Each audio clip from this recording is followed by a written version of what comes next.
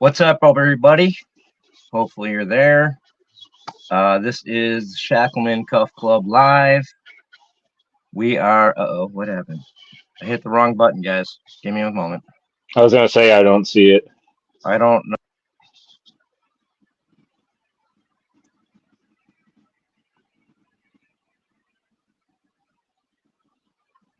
They're going to start rioting in a minute. There's going to be pitchforks in the chat.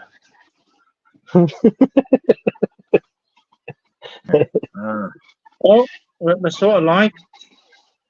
Oh my God. Hold on. Deadlocks is in the chat. It won't let me back in. This doesn't make any sense. You guys are still there? Yeah. But How it is looks this like going? Charles is froze, but no, hang on. I'll see if my video works. Southpaw Pete commented. I can't even see. Yeah, I'm still live, so I'll tell you what, he's left the big thing in the middle of it, so we can still talk in. Is it really? You guys talk for a second. Let me see if I can fix that. Jesus Christmas. Not that that is still moving. Can everybody hear us and see us right now? Yeah, in it's the live. chats, if anybody can hear us, drop a note. Let us know. Oh, okay. Here, hold on. All right, I'm back. Almost. Hold on. How's your night going, Aaron? Better than it was earlier in the test run. Yeah, that's good. All right. Take that Yeah, off. my little guy decided he was going to have one of those days. Why am I here twice? I like it. Oh, geez. Yeah, and there's horrible feedback now. It's a big part of my job. I want to figure out how to clone myself, get more done, and you just did it. Yes. Yeah, there. Yeah, right. All right. Did that do it? My wife probably gets tired of me twice as fast. All right. Let me go back to. Yeah, right. Yeah, sweet. All right. What's up? We'll go back to the beginning. Shacklemen live. Me, not too dead. Started a club because we want to get out of cuffs and have fun and escape stuff. And we have a couple cool guests today. Not too dead. You want to introduce the guests? Yeah, today we got with us Coxie Picks. Many of you might know him. And then we've got Aaron from Southern Specialties, who helps us with a lot of our custom cool tools and awesome stuff. So we thought we'd bring those guys on here. They've been a big pivotal part of helping start the club and getting us going, and really appreciate it. We wanted you guys to kind of, see them and get to know them a little more as we've been doing, and go from there and just have some fun with some cuffs. Absolutely. We've got Southpaw Pete and Nick's picks so far in chat. And Coxie, how you doing, man? I'm all right. Thank you very much. Do you know Aaron, what's going on? You guys as well. Oh, doing good, sir. How are you guys doing? Good. Yeah, there's a slight delay, so if we're stepping on each other, just give me a second and I'll go back to you. So go ahead, Coxie, give me anything you got. Say hi, talk about whatever. Right. So whilst I'm here, anyone wants to see a specific set of cuffs, mention it in the chat and I'll take them out. However, as you all know, I'm an idiot. Do not try anything that I do. Just say, I've seen this guy on the internet do it. That's it. And I'll cover that. Also, this guy, Aaron, does some very, very nice kit. And I highly recommend it. Oh, Aaron, nice. What's going on, man? How you doing? Stu, are we live, bro? Because I'm not seeing it on my iPad. What happened? I'm not seeing us on my iPad live. I'm watching it with the chats, and I've got people in the chat, so we have to be. Sorry, and everyone else. They're in the chats, but I don't think there's any video. I see no video. It says waiting for Charles Watt, and I got no video on my iPad. That's weird. So I've got a live crawler. All right, let's check. Can anybody see us in the chats? Comment if you can see us. Mic check. How many fingers am I holding? Sorry about that. I didn't want to interrupt, but I think we're. I think they're just all talking about amongst themselves. Southpaw Seats. Pete said we're live. Oh, did I just screw that all up? Where is? It'd be like that sometimes. Oh So- yeah, here we go. No, all right. Sorry about that, guys. Jesus. All right. There we go. Hey, leave One it to the thing prepper to want to do 8 mic checks, though. Doing the Dikembe Mutombo. No, There we not go. in my house. Not allowed to do that. All right, I'm let's not the go most back tech guy. yeah, like there's gonna be more tech difficulties, so everybody get rid of that and or get used to that, and we're gonna move on. So back to it. Aaron, dude, I just got the elephant trunks. Those rock. Oh, awesome. So glad you're enjoying them. You ever have an issue, you obviously have my personal number. Let me know. You can shoot me out personally. I'm still looking for feedback on them. I know with it being launched, I don't have an army of people to test out these products. So I get something, people give me a lot of good feedback. I dive into making some prototypes. I send them out to all you fantastic folk that do this and do it well. And I go off of that and I cut and I try to release as soon as I can. Sometimes that turns into months, weeks, years, anything in between. And yeah, if there's ever anything I can improve on it, that's why they invented the number 2. I can always put a 2.0 after the next set to be released. But yeah, I'm glad you're enjoying it, brother. Well, even just from the prototype to the release, like obviously made some changes and refined it, and then added on the handle and put a nice little engraving. Got the 3 thicknesses, so it's definitely a nice set that I enjoy. And everybody that all my picker friends that have gotten them have been digging it too, so that's been good. So Coxie, if you're gonna show us something, what's the first thing you'd show us? Well, I'll give you a clue. Who's afraid of the big bad bat? Oh man. Can you guess what it is yet? Beer bottle opener. The bat cuffs. I was gonna say They are my favorite. That is sweet.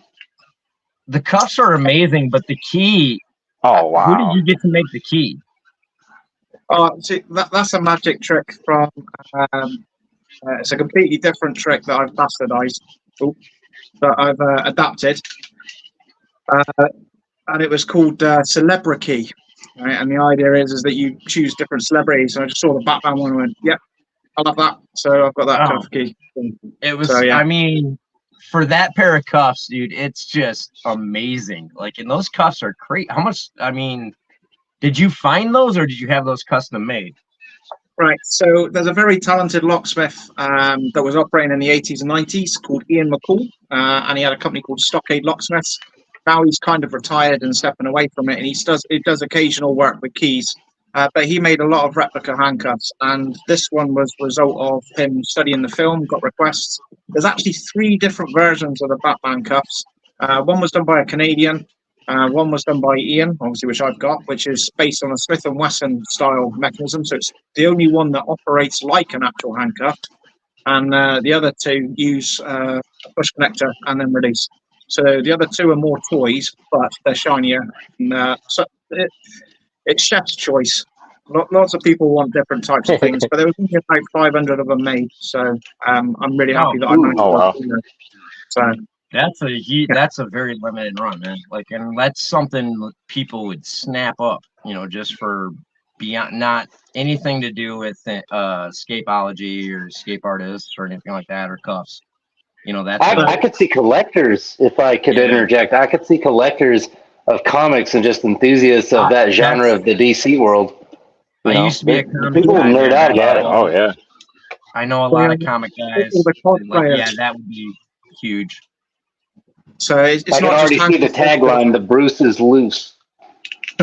Yeah. But yeah, that's the first set of cuffs I would show off.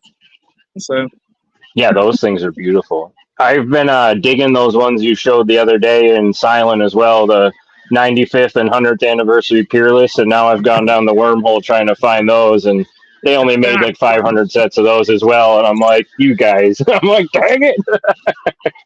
Well, I kind of was Those are winding things are Silent up. beautiful. Because Silent has been after him for ages and ages and ages, and the museum quite helpfully hooked him up. Oh, And he nice. treats them like egg. And when I first got them, I won them in the handcuff competition, so I became the UK's handcuff king, and I won my set nice. then. And the first thing I do as a handcuff king, I've got to pick them. Well, obviously everyone cringed at the time, and so he said, "You never picked them there." And so, all right, okay, fine. So I wound him up and I did a short where I picked him. So yeah, there's not many people that will pick rare handcuffs, and yeah, I'll do it. Oh, I would do it too in a heartbeat. One of the first ones I got was the newer gold-plated ones, and I mean they're beat up, scratched up, and I've already picked them. You know, chained myself to the hood, the bumper with them, and I'm gonna continue to. And I mean, it's made to be used, right? Have fun. The first pair that Not Too Dead sent me, I beat them up so bad I bust the posts out of them. Whoa! Oh yeah, we got to get a new one for that. I keep forgetting. Peerless said they would send us some. I didn't even think to ask in my order from Handcuff Warehouse. Me either. I had an order come today and I forgot to ask them. See what they have to say. See if they can send me a replacement. That's just pure muscle, brother. And then honestly, I think I bent the spring inside one of these Not Too Dead cuffs. So sometimes it gets jammed up. So I got to make sure it's working fluidly before I put it on, so I'm not in a bad spot. Is it 750C? What's that? I think it's the 700. Yeah, 700C. Okay, I'll let you in on a secret. Oh yeah, we like secrets. See the pin? That's just about here. Yeah. All right, if you get a small punch and punch that out, so you'll have to take the key post out, all right, which is done from the rear. When you take out this post, all right, if you have the cuff closed, congratulations, you've jammed it. You need to have the cuff open when you're doing it, all right, and then all the mechanism falls out. There's only two pieces, one spring and one pull. All right. You can then do your own repair. That's why when you said once it's out, I stopped messing with these really. Like I just put them aside until I fix them because I don't want to bust it all up with that being out. No, they are relatively easy to mend with a punch and a hammer. So, wow, that's good to know. That's why I like Peerless. What's up, Pete? They've been one of my favorite ones to start. I've got I got quite a few of their models now, and I was like, I might as well start with those and get some more models and familiarize myself with that brand, and then go. Well, I have other ones too, but get some other ones and go from there.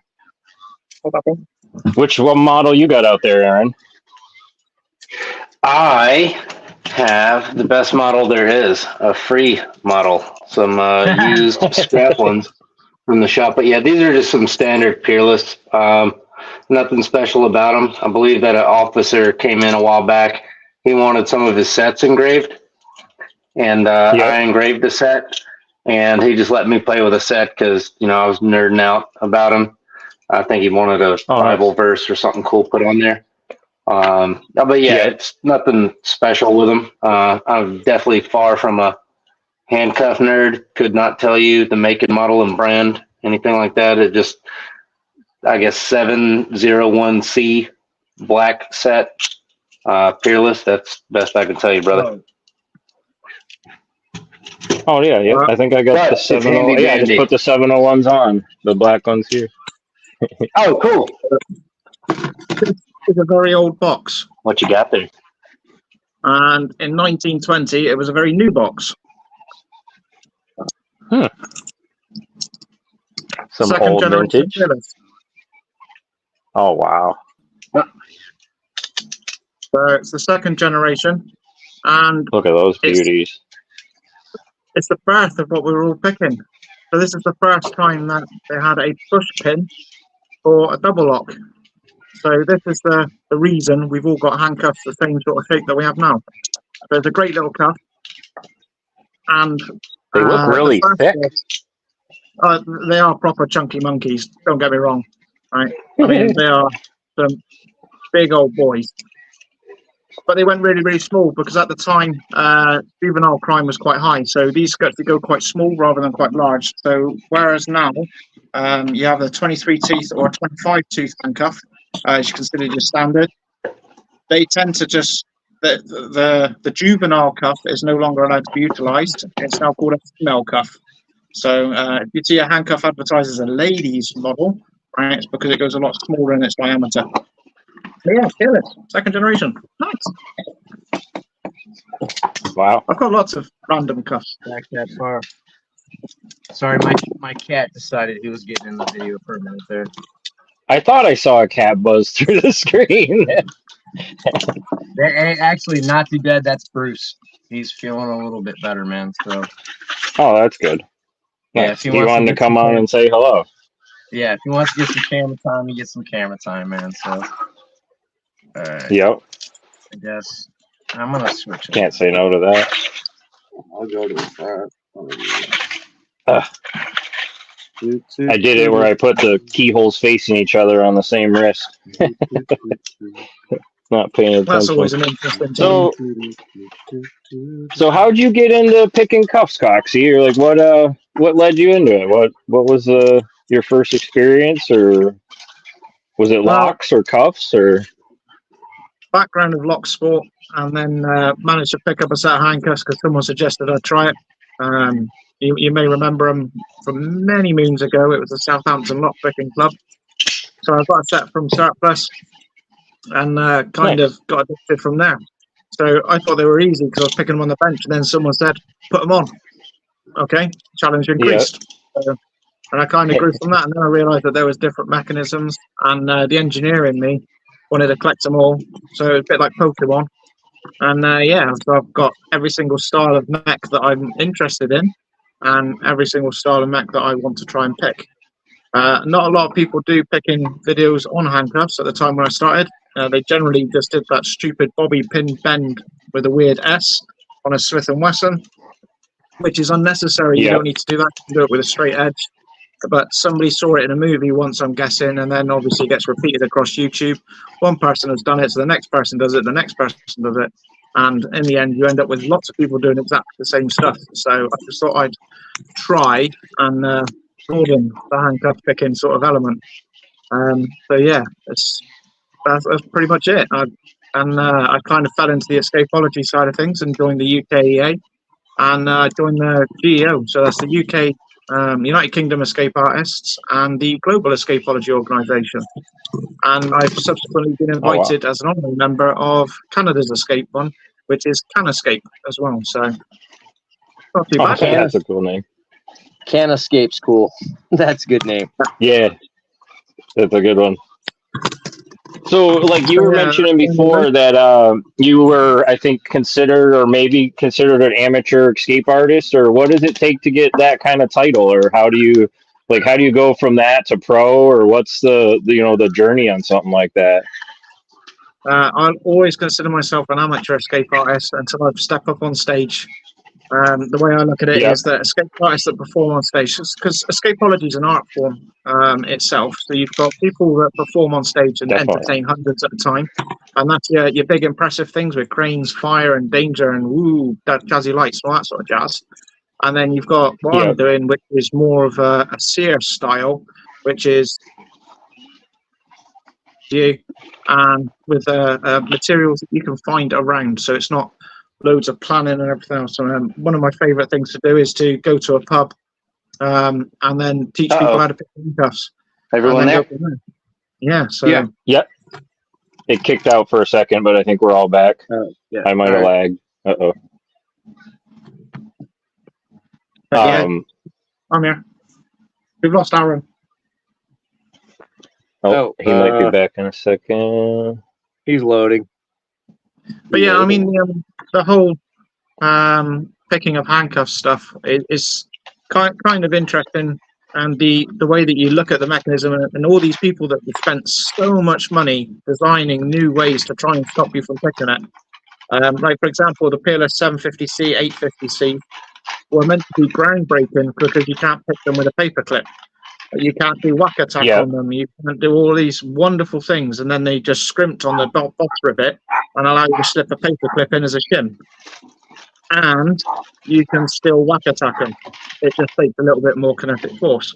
So they spent an absolute fortune on something that achieved nothing.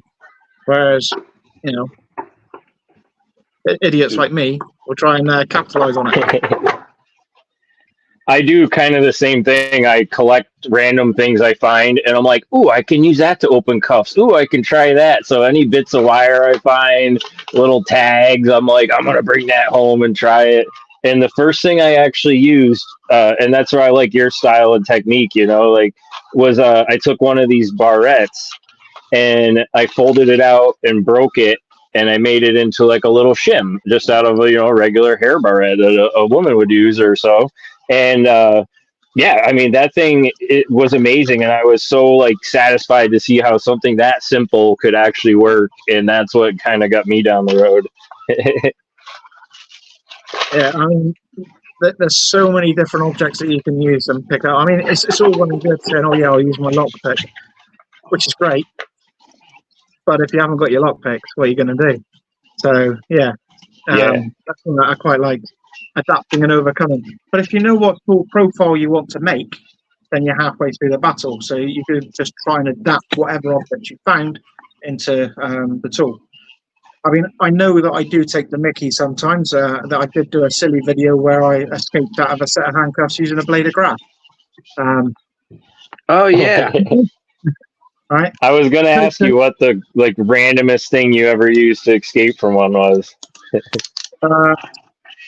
Dinner fork The in a safe restaurant. word. Yeah. But yeah, I mean, What was that? dinner fork in a Oh. restaurant. A good one.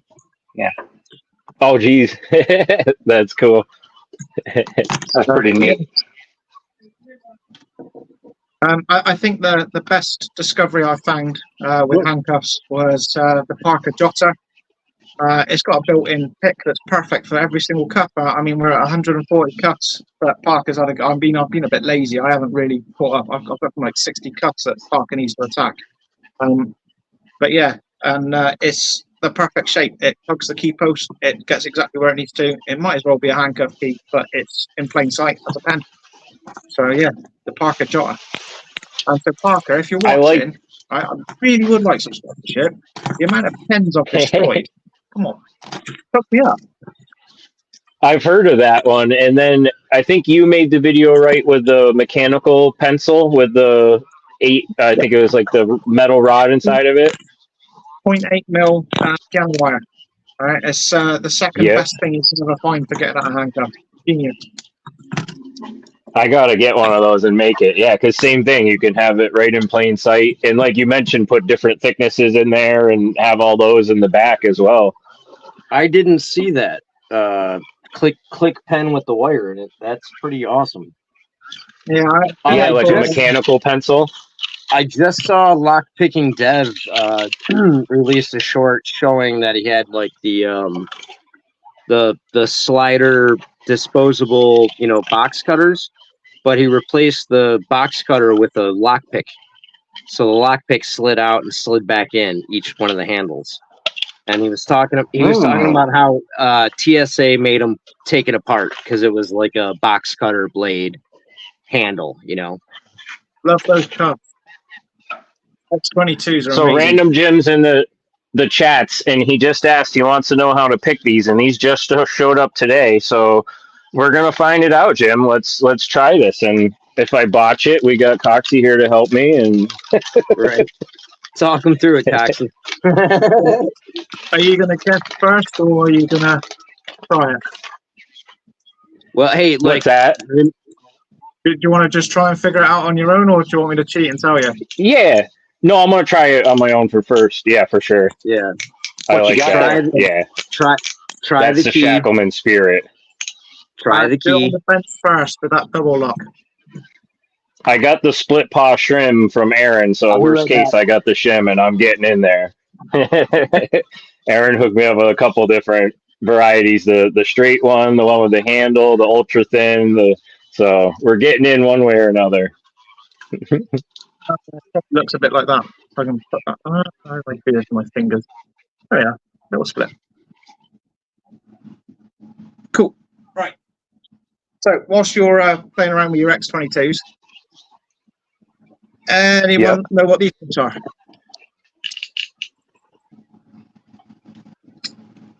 Anyone in the chat got a clue what they are? What was it again? There was a little lag. Oh, what are those? I have no idea. Anyone got them? Anybody in the chats? Anybody? Leg cuffs. Can barely fit them on my wrist. That's tiny. Oh. Wow, those are gotta be kind of rare. They are Chubb 1K50. Right, so they're known as the Chubb Escort, and they were made in the 60s and they're still in service in the UK. And they use the Chubb Ava system, which is it's like a disc container, but it's a pot waiver system, and I can't pick it, so I'm gutted.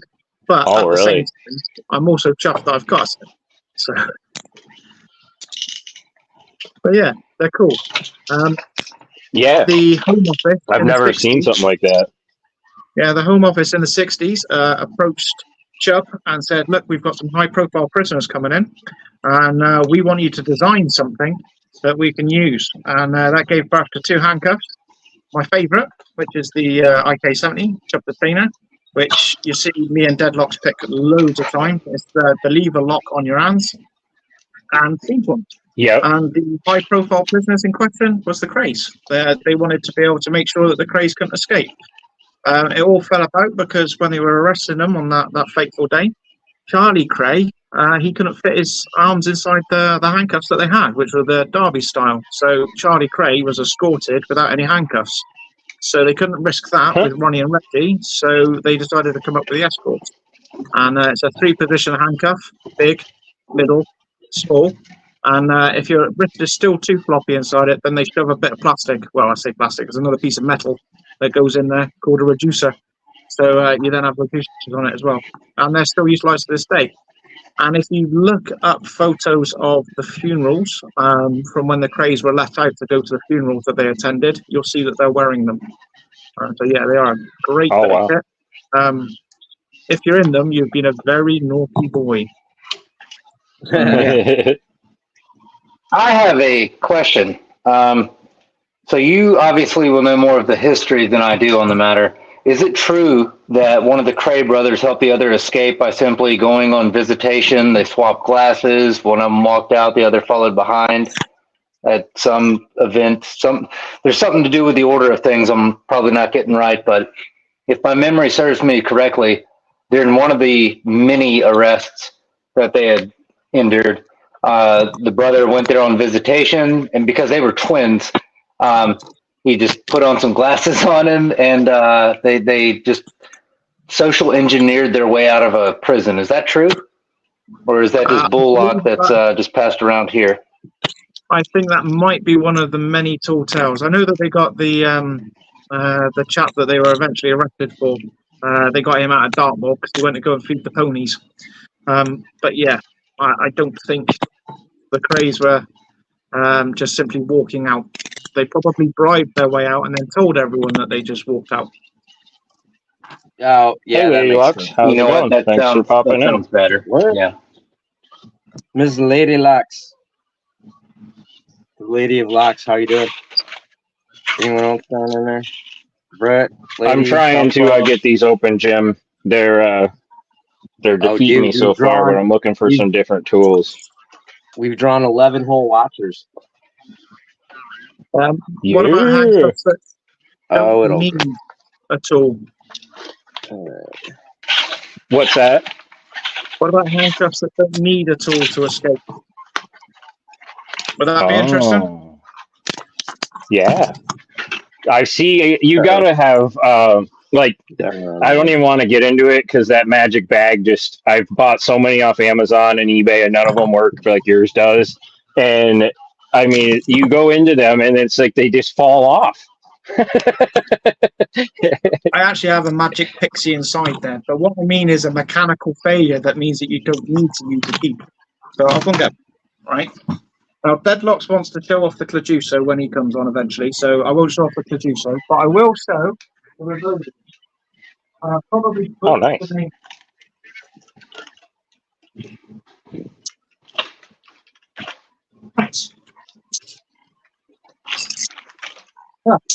Right, so this will be the one time that it fails, because I've got no key for it, so, you know, it'll have to work or it won't, so it'll either be a really quick, hi, I'm in the cup, or I'm not. So this is the Volier, right, and the design for the push button, right, they took, so the push buttons are silver on the model 2002, 2003, and halfway through the 2004.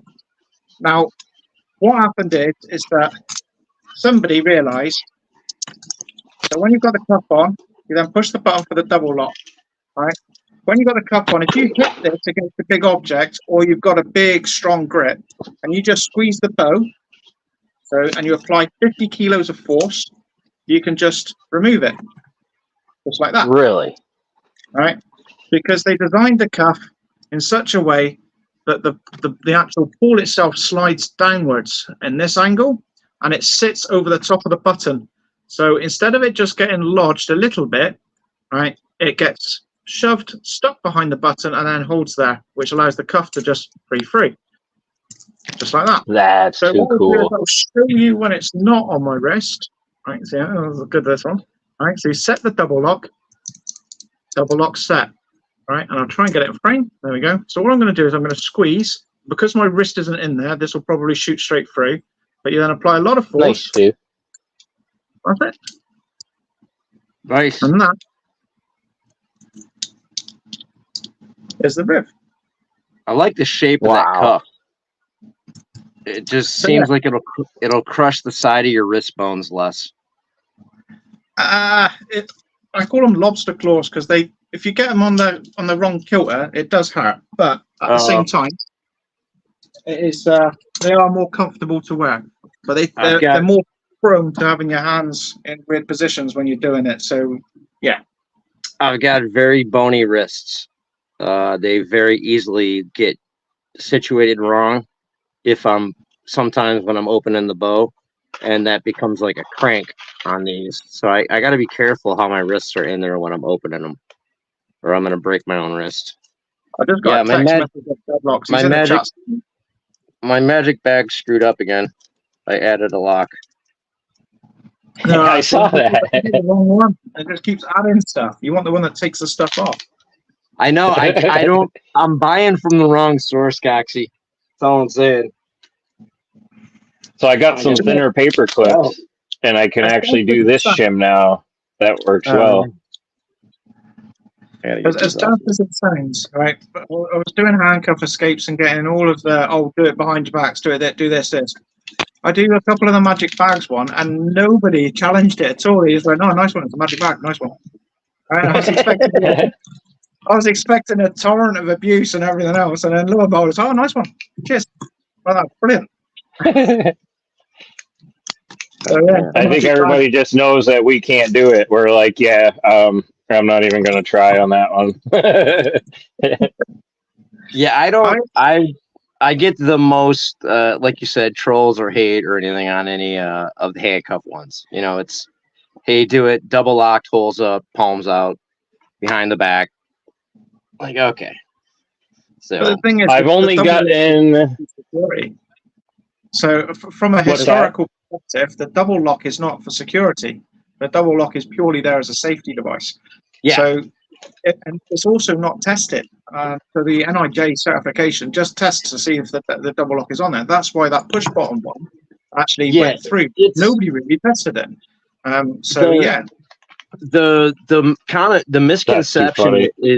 The misconception is it's handcuffs are supposed to secure you for. He's been in and out. If when he shows back up, I'll pop him back in. The misconception is that handcuffs are just supposed to secure you. Well, they're supposed to secure you under supervision. Yeah. There's no point when you're handcuffed that you're supposed to not be supervised to maintain that you're being, restrained. So the faults that are in them are understood, and they don't get designed away because they make them easier to use, and you're supposed to be watched. So if you start fiddling with cuffs, the guy's supposed to stop you. Like that's basically kind of how it goes into that. Yeah. I actually talked to a police officer the other day. I was working where there was a state trooper, and I said, "Hey, random question. I just got to ask you about laws, and cuffs in this area. I've called, but I was like, I want to talk to an officer in person." And he's like, "Oh yeah, anybody can buy them. That's fine. Blah blah blah." He's like, "But if you're trying to get out of them while you're cuffed, we're gonna add an escape charge on there." And I was like, "Well, yeah." I was like, "I don't plan on being cuffed either by you, so." Yeah, well, I don't know. I do know that the UK is very different to the US, and it's quite bizarre. If I go out with Yes. a handcuff key, just a handcuff key, right, then I could get done for going prepared to escape. But if I That's go out with nuts. a handcuff on my hip and a handcuff key, I'm all right. So, yeah, work that one out. Well, that's Brett Sucks is in the chat, and he was asking Coxie where to get a plastic handcuff key in the UK, if you know. And I did just say oscardelta.co.uk. The guy that runs it just popped up. Carl, right? He's a very nice chap, and he doesn't do the plastic keys as per se. He does do some covert ones, but the best one is the advanced handcuff key. It's a tiny little key that you wear on your wrist, and it's easily extractable and done. I've done some videos with it before. It's barely the size of your thumb, and it opens up about 75% of the modern day handcuffs. Obviously, you've got to take into account that the European ones, which is the LIPS, SPE, and there's a few others where it won't work because they're a different design key. But it'll get you out of most jams. So, yeah, it's a pretty good thing. Nice. What's up, Forrest? Forrest, I read that as Forrest Honey, which I thought was a cool name, but Forrest Haney's cool too. I've got old eyes. And Ray. Mr. Ray. I've got this little guy like that, Coxie, a little, it's I think called the Delta key or something, or maybe the small Delta. It's from Southern Specialties, and I keep it on this paper clip with a shim and a bobby pin, and that's in my pocket every day, just with my little kit. The Delta key is based on the old design. He's now done it with a slit in it, so it can be pulled off the wristband. But yeah, they are quite cool. So you had the Delta key. So you should have two prongs on that one with a back slice, and then the Generation 3, it's got the slide down the middle, and it's also got a hole in the top to allow for torsion, because people were complaining that they couldn't feel it and couldn't twist it. So yeah, there's like a thumb grip as you turn it. Okay. But yeah, kind of cool. That's where Aaron showed me this paperclip trick, and that's what he said. It allows you to flip it out, and then you can use that, pinch down on the paperclip, and it acts like a handle, and you can use it like a right angle to get in there and unlock, and it works really well. And I was like, oh, nice. And then I discovered I could slip the other stuff on there. And if you just use one of the normal key fobs, so one of those, right, the actual it holds a key. Yep. Right, and stick through it. Right, you'll find that you get more than enough torsion with it. Oh, nice. You won't have to worry about a paper clip or anything like that. You can just literally just slap it straight in. Yep. I'll have to check that out. Trying to get the right tensioner here to mess around with this one. Is he back there? I'm trying to chain myself. Or in the chat. Who? Oh, hey, Deadlocks. Oh, I got your pen in today. Do you want to see it, Deadlocks, or do you want it to be a surprise? I could show you it. It's not gonna work. Someone's here. Who's here? Hey, Not Too Dead. Did you drop out? He's disappeared. I think he's going to go and get a pen, wasn't Oh, he just showed. Yeah, but he showed back up in the guest thing. So, all That's all right. right. I got my self locked up with the master lock number 575 with a chain. But I'll tell you what, whilst you're struggling with that one, shall I show off another handcuff? Nice. Okay. Did you say struggle? Well, No, you're not wrong. But I'm just right, double so checking. here's one half, and here's the other half. Right? You may be asking, Oh. why have you got two halves of a handcuff? Well, this is the S10. It was a very short-lived product in New Zealand. The idea was that it would be attached to the hips, and you could then attach it straight to the wrist, and then you've got a controlling item, very similar to the way that the UK uses the rigid, and then you could address the other hand at a later time. Right? Once the two hands have got the handcuff in, it's inevitable that the two will join, and then they'll go in, just like so. Now, it doesn't matter which way round you go, right? It'll go, it bows up, bows down, bows anywhere you like. But that is the S10. And it is one of the best designs I've seen in a very long time. And unfortunately, this was one of the first casualties of the world pandemic because S10 came out literally just as the pandemic started and it never really set off. So it's a great design. It was quite pricey, but I was very fortunate to be able to get mine. And I love it to bits. It's based on a Smith & Wesson M100, so it didn't have to do any of the certifications. It picks like a Smith & Wesson M100, but it's actually slightly longer than a UK rigid, which means that it's a little bit further apart. Right? Oh, yeah. Your hands are a little bit further apart, which means that all your custom tools that you use means that they won't reach. So it's quite clever in the fact that it's just slightly further apart. And because it's not a permanent rigid, as in you can detach it, it comes under slightly different regulations. And they were talking about extending the bar even further to allow for more chunky monkeys to be arrested. However, unfortunately, it was no more. So yeah, that's the S10. It's a fantastic bit of kit. And if you see one floating around on surplus, snap it up. It's good fun. So yeah. Oh, that's definitely one I'm going to be looking out for. I like that. The presentation box that came in, I looked at Cat. It was a very nice box. Just outstanding, like outside the box thinking for the design, and to pull off, like you said, to lock it. You don't have to you can lock it either way when you're putting the two together. That's a gorgeous cuff. The thing is, you can have your teammate have one side of the cuff. You say, I've done the left arm. Okay, and they'll come up with the right arm. So it doesn't even have to be your own set. It will connect up to another set. Genius. Not too dead. You're not in the, like, hit the link again, man. Like I did it, and then you disappeared. So you got a link again. This is the night of many links.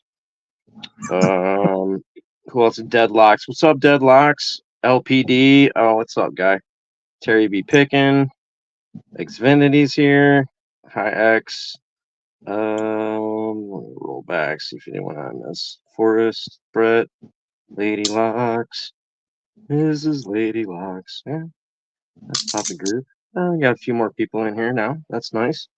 I should actually turn on my thing to see if I can see it again. So yeah, thanks for everyone that's turning up. If you're thinking about doing handcuffs and you want to get yourself out of it, I would highly recommend that you have a safety number, right? And start with an easy one. Now, when you're lock picking, everyone suggests using a Master Lock 3 or a Master Lock 5, or in fact any Master Lock whatsoever, as long as it's something easy and confidence boosting. But in the world of handcuffs, we have just the thing for you. So what I would suggest is if you're in the States, right, then you get something called ViperTech. Right, they cost a whopping $14 to $20. They are, for some unknown reason, they always seem to be styled in black. You do occasionally see a silver set. Don't get the hinged set. Hinged creates a new nuisance for you, but you get the chained one. The very simple architecture, made in a Taiwanese factory. And if you're in the UK, from the same Taiwanese factory, you can have it in shiny silver. Right, there we go, just like that. Now, these two are the most simplistic ones. You can the keyway is Gynocopod. It's one of the ones that it's so cheap it doesn't matter if you lose it. And because it says it's a real handcuff, people think it's a real one. So you can practice to your heart's content. It can be forward shim, back shim, side shim. You can pick it with a straight edge, bent edge. The double lock can be wrapped off very simplistically.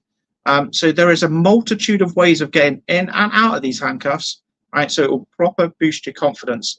If you get the keyhole facing the wrong way, don't worry, it's chained. You didn't buy the hinge because you listened to me. If you bought the hinge, different problem. You need a bigger key. But yeah, it's probably the best way to start. And then for your second handcuff, I recommend the ASP Sentry. Right? The reason I recommend the ASP Sentry is because this will make your life so much more fun, because now when you're looking for random objects to get out, right, and you don't want the cuff mech to jam, these have not jammed on me since I've ever got them, all right? And I abuse these, all right? So people cringe because I throw them around and everything else. It's a smooth mechanism. The boss rivet has been perfect. Right, there's so many flaws that I can exploit around it. It's a great little handcuff for learning to pick. So yeah, Viper Tech or the Taiwanese cheap ones, right, and then straight onto ASP Sentry. And once you've gone from there, then you want to start considering going with other ones. Avoid hinged if you can until the very last minute, because hinged, it puts your hands in unusual positions. And I've got a set of hinged into rigid here so you can see what I mean. And if you accidentally have the keyholes facing you, then you're going to have a really bad day. It gets quite interesting. But yeah, so that's my take on handcuffs and basics. Subscribe to all of these guys, right? And you'll see some ingenious methods of attaching stuff to yourselves, and also how to get yourself back out. If you ever break a lock pick, don't panic, keep hold of it and convert it into a handcuff pick. All right, so this is just one of the many handcuff picks that I've made because I'm brutally nasty with my lock picks. And I do something called straight edge picking, and any old straight edge will do. So a quick example, we'll put the peerless on. So this one's what I would consider quite a tough cuff, because it's got a high pressure spring inside it. You need to get some force, but with a straight edge, you're going into the top, around, and it just falls off effortlessly, right? And that is because I'm just using a straight edge and I know where to push, right? But as soon as you're playing around with it, you'll realize it going through. Anything else that anyone wants to know? Deadlock said, is Viper Tech the same as Cheapo Uzi? No, Cheapo Uzi is slightly fatter, but I'm glad you said that one. It's the same as the cheap ones off that German site, Nordhandel. Funny enough, that's where they come. Uzi ones come from Nordhandel as well. Same factory, but Uzi are in pink. Switch over to that. Not Too Dead keeps dropping out. Like I just wanted to say, like, yeah, like when it comes to it, being safe, be smart, have keys. This is a great one of these little long keys is easy to, do instead of trying to do that while you're cuffed up. I have a lanyard with keys and thumb cuff keys on it within reach. Wherever I go on my keys that I carry with me from my life, I've got all the cuff keys and stuff. So, and then I got all the Sharpie pointy things like he's saying. I've cut some down from broken picks and made some from a knife tool and got, all this stuff. So be smart if you're doing this. And be safe. Have a lot of available options for getting out. Lady Locks, if you're in the United States, then use Handcuff Warehouse, and you can get a nice gold-plated one so you can wear it around your neck and have a little jewelry. They've got a gold peerless on there. I think it's peerless. It might be Zactal, but yeah, they're all universal. Like that one, or that's the one that comes with their cuffs, but yeah, that's the one. Oh, nice. Yeah, that's slick looking. Yeah, my bad. I had to go out and get back in to get my headphones on. I don't know what was going on. So I asked earlier, Deadlocks, I don't know if you heard me, but do you want to see your pen? It showed up today. I could show you, or do you want it to be a surprise? It I've That's got one of nice. those. came with the S22s. Oh, I feel left out. That's the pen with the point coming out, the .08. No, it's just a handcuff Oh, key / pen, oh, yeah, and they yeah. can't get them over there. They're like stupid expensive. So we did a trade, and I ordered him one from Handcuff Warehouse with his name on it and everything, and it looks pretty sweet. Oh, nice. Deadlock Yeah, says, "Let yeah. me see." All right, where is it at? Show it out. Make it work. Get some cuffs the on. the package. No, I'm not gonna use it. That's for him. This thing won't even be opened by Oh, me. The package is beautiful too, with the eagle on it. oh, nice. Let me get a little better light there with the deadlocks. He's gonna love it. You're gonna look official with this, bro.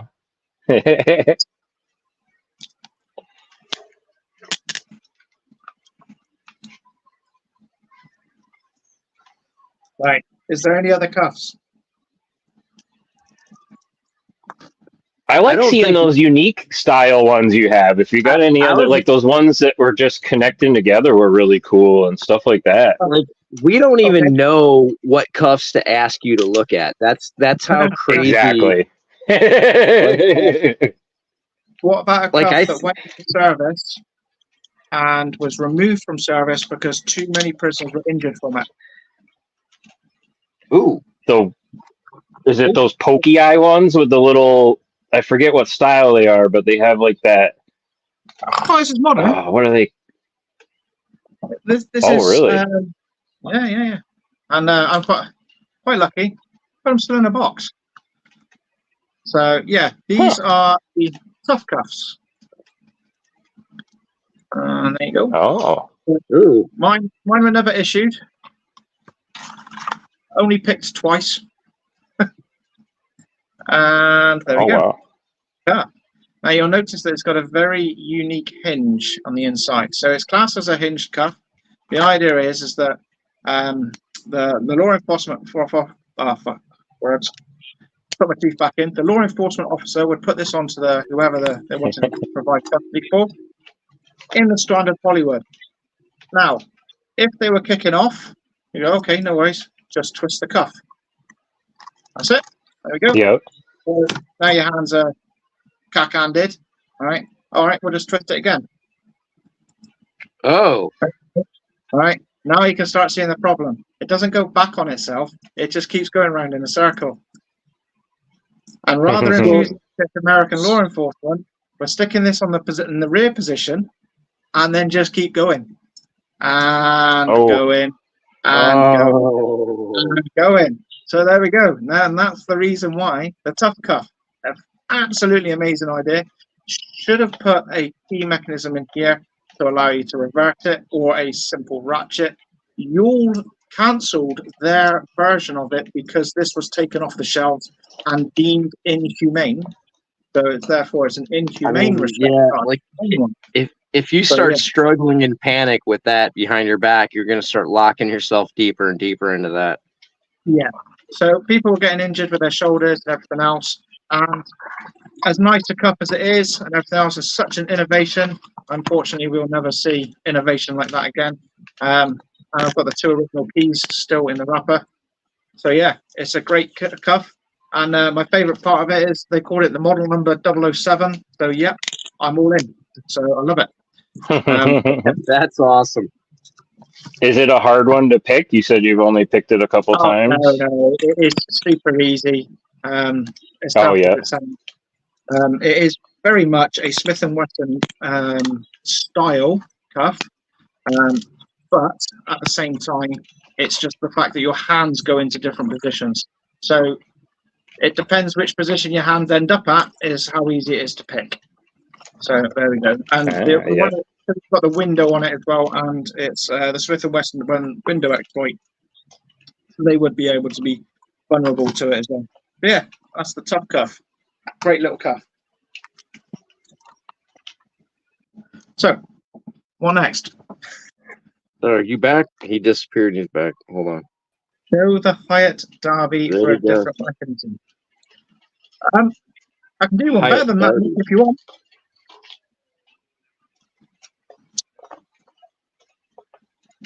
All right. So going back a few years, there was a bit of an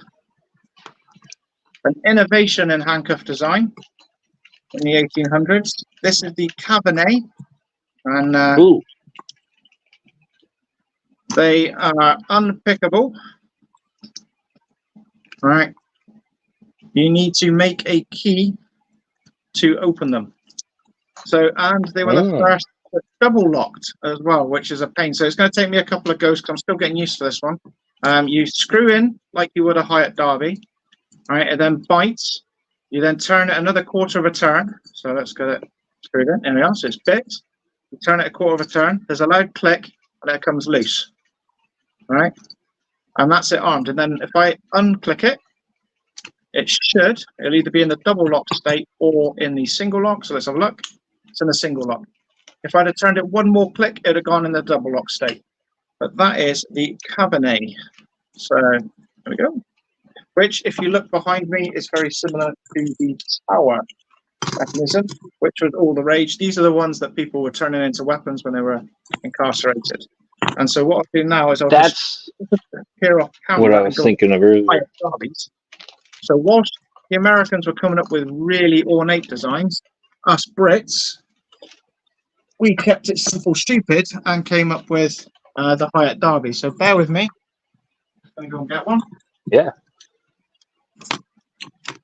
Good night, McD. Thanks for stopping in. Oh yeah, McD. What's up, brother? Ray says he's mesmerized, hasn't typed for many minutes. Such cool stuff. Yeah, we are too, brother. This is super cool. All right. Okay. It's like so being in a museum. this is the Derby style cuff. Now this one I picked out. So it's not a Hyatt, it's a JG. Right, and this one I picked because it was from the World War II rush. Right, and in World War II, the UK said 4 different manufacturers: RCS, Hyatt, JG, and someone called MCI. We need handcuffs. We're gonna incarcerate the whole of Germany, and so they did. They made handcuffs, literally shed loads of them. But they adopted something called a false backstrap, which is this here, to give extra strength and weight. And these particular ones were used in the maritime, so they're naval. All right, and it's a very simple mechanism. Trying to stay in frame here, sorry. So you've got a screw that you would screw in. All right, once it's mated, all right, with the shoulder. All right, so to screw it in. Oh, by the way, this is why prison guards were called screws, because they had to screw into the cuff. There we go. So it release. This is now armed because the spring is held to the rear. If I undo this spring, all right, confident, it's 60-year-old, 80-year-old cuff. So bear with me whilst I just manhandle it into doing what I want it to do. All right, there we go. All right, and then you put that around the wrist and then you snap it shut. It's a loud snap, just like so, and that's it. You are not getting out easily. Now, if you were a bit of a historian, you'd read that Houdini managed to get out of it every time he did it. When he came over to the UK in 1904, 1906, 1912. Right, he fibbed a little bit, only a little bit. But there is an element of truth to it. He would do something called a kinetic attack, where he'd hit against the hinge. Now, out of all of the off-the-shelf handcuffs, right, I've only ever had one set do it. Right, you need to adjust the spring ever so slightly before you do it. So Houdini kind of told the truth, but also elaborated a little bit. But yeah, so the Derby handcuff was considered super secure all the way through and was in service all the way up to the 1980s, right, or the Derby style. It was used worldwide, favoured in Africa, really. It's kind of strange. And the Derby style handcuff is still in use in the Asian countries and everything else, like Vietnam and places like that. So people need to know how to escape them. One of the ways to escape out of it is with a plastic collar. I made a 3D printed version, and you can use on some of them a biro. You can shove a biro in it and screw in and then pull. So once only affair. You only need to do it once. One arm, then run. All right, but yeah, so a Derby handcuff, they're brutal. All right, and in the leg iron format, they're even worse because there's quite a huge weight on your ankle. One size fits all. All right, if your arm doesn't fit there, they'll make it fit. That's it. So yeah. I was There you just gonna say that does not look like an oversized cup. So go. the leverage makes it an oversized cup, right? Yeah. Right. Oh, there's interesting mechanisms. So, anyone else want to see another cuff before I pick one randomly? Chat. Grab it, man. The stage is yours. I've been trying to learn more about all the other foreign styles and different stuff like that, so it's hard for me to familiarize. But this right here is like a good learning experience for sure. Well, here's I the don't even know whack what to attack call on the some of rules. them. Right. So, Oh, nice. lots of weapons manufacturers make handcuffs, right? Because why not? Right. So, like Smith and Wesson, they're not just making Yep. handcuffs, are they? They also make weapons. Right. So, FN, right? Oh yeah. They make rifles. They also tried making a handcuff. So this is their handcuff, right? And when I say tried, right, they went instead of just copying the other ones, they came up with it. It's a single lock solution, right? Which means that you really can injure someone by pushing on the bow, right? And you'll notice that it's got a really huge keyway. Let's see if I can get that there. Shot, yeah, magic, right? What type of key does anyone think would work on that? Bear in mind, it looks kind of cool in a space age, like a lobster claw. That does look like it's I don't designed even for a know. movie. That is like a lobster claw. Those are super cool. Right. That's What huge. is It's got to be some kind of like a screw key or something, right? Or No, magnets. How does that work? So you put the magnet in, right? You Oh. pull, no and it way. releases. Can you put a code in a magnet? No. So any old magnet opens it up. Brilliant. Oh Right. wow. So not only is it no double lock, and it's got a magnet-based system, and it can be shimmed super easily. You can imagine it didn't stay in on the shop shelves for very long. But yeah, there we go. So that's the FN magnetic. That's Super nuts. right? Yeah, that's But- nuts. Technically, they were right when they said it can't be picked. Technically. I mean, yeah. Well, if your pick's magnetized, Well, to be fair, it is quite a strong magnet. You need a neodyne magnet to get it off. But yeah, in essence. I mean, there's always a loophole. Oh, and so someone's nailed it as well, and extremely high priced. Oh yeah. Oh, how much were they compared to like a normal cuff? You don't want to know. Oh.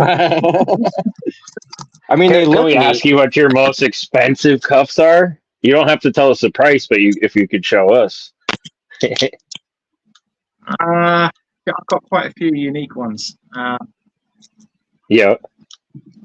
Without being a custom job, like the most expensive or the highest priced, like on the shelf, or that you generally could order. So if we were to say I can order it right now, Yeah. okay, that's the Clajuso 109. I would say is probably the most expensive cuff that you can buy off the shelf now. It's good, right? It's very tricky to pick, but the actual double lock isn't. So it's kind of thing. I've got this really weird one as well that everyone gets really precious about showing the keys. So I don't know whether I should show the keys or not. It looks like 3 fingers. I don't know why they get so precious over it, because it's actually like a leg iron. It's designed to go in colder areas and go around wrists. And what's called Bonway. So, Oh. but I don't even play with it. It's a boring cuff because I can put it over my wrist on the smallest setting and still pull my hand out. So it's boring. Oh, yeah. How could I forget? SHN Detective, €180 off the shelf. I've got a set. Beautiful. Love them. Got them when they first came out. So that was I got them in the March. They'd only been on the shelf for like 10 days. But that was absolutely amazing. But yeah, they're still sold. That's good.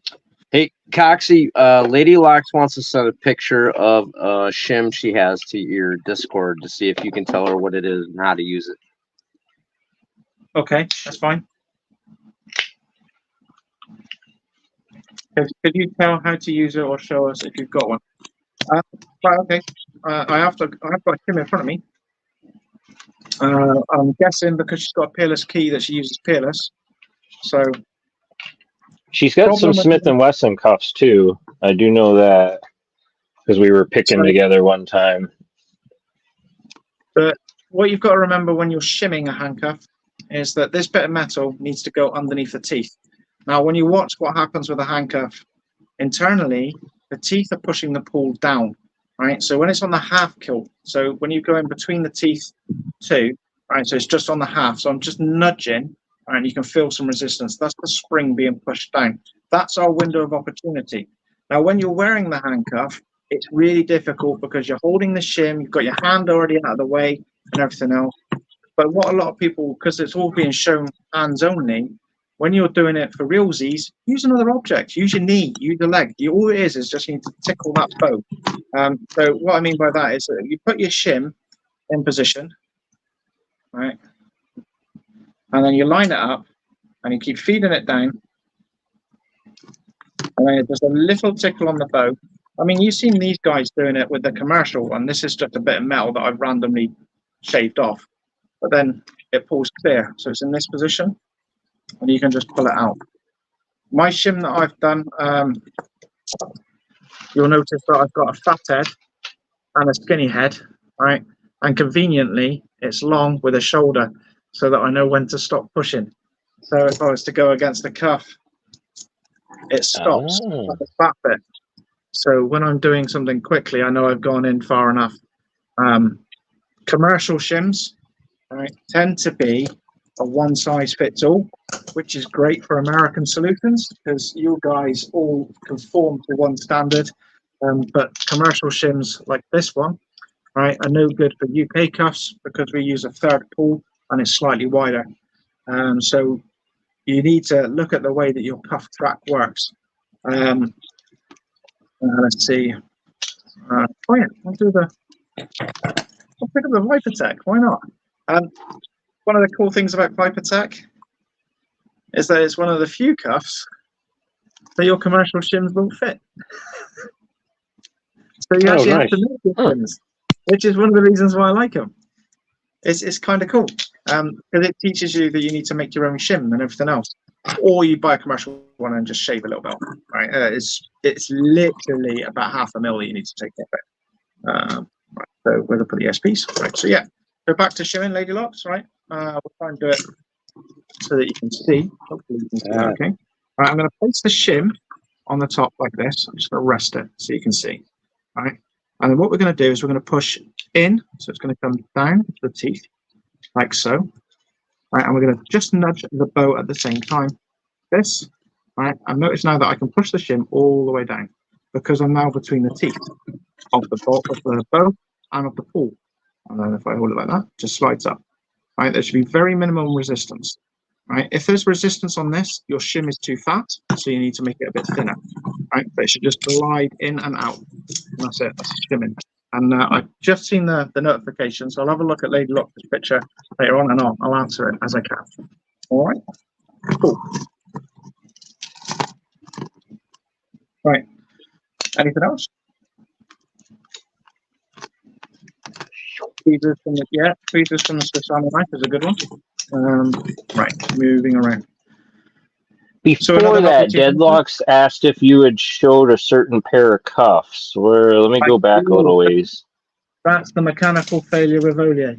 So yes. Oh, okay. Okay. So I wasn't sure how to pronounce it, so yeah. I talk it every time anyway. Right, so most expensive. Why did I do that? I didn't do that. Oh, I've gone small again. So whilst I'm small, I'll go and get my most expensive handcuff, and I'll describe why it's my most expensive handcuff, and do it from there. All right, we'll do that. So, not too. What's up? Not much, buddy. I see you got a pile of cuffs forming over there. I just keep, basically picking on my shimmed a little bit, but I broke all my good shims. Like I'm overusing them. Okay, right. So don't tell the wife, but 350 quid will set you back. Very Ooh. nice, shiny set.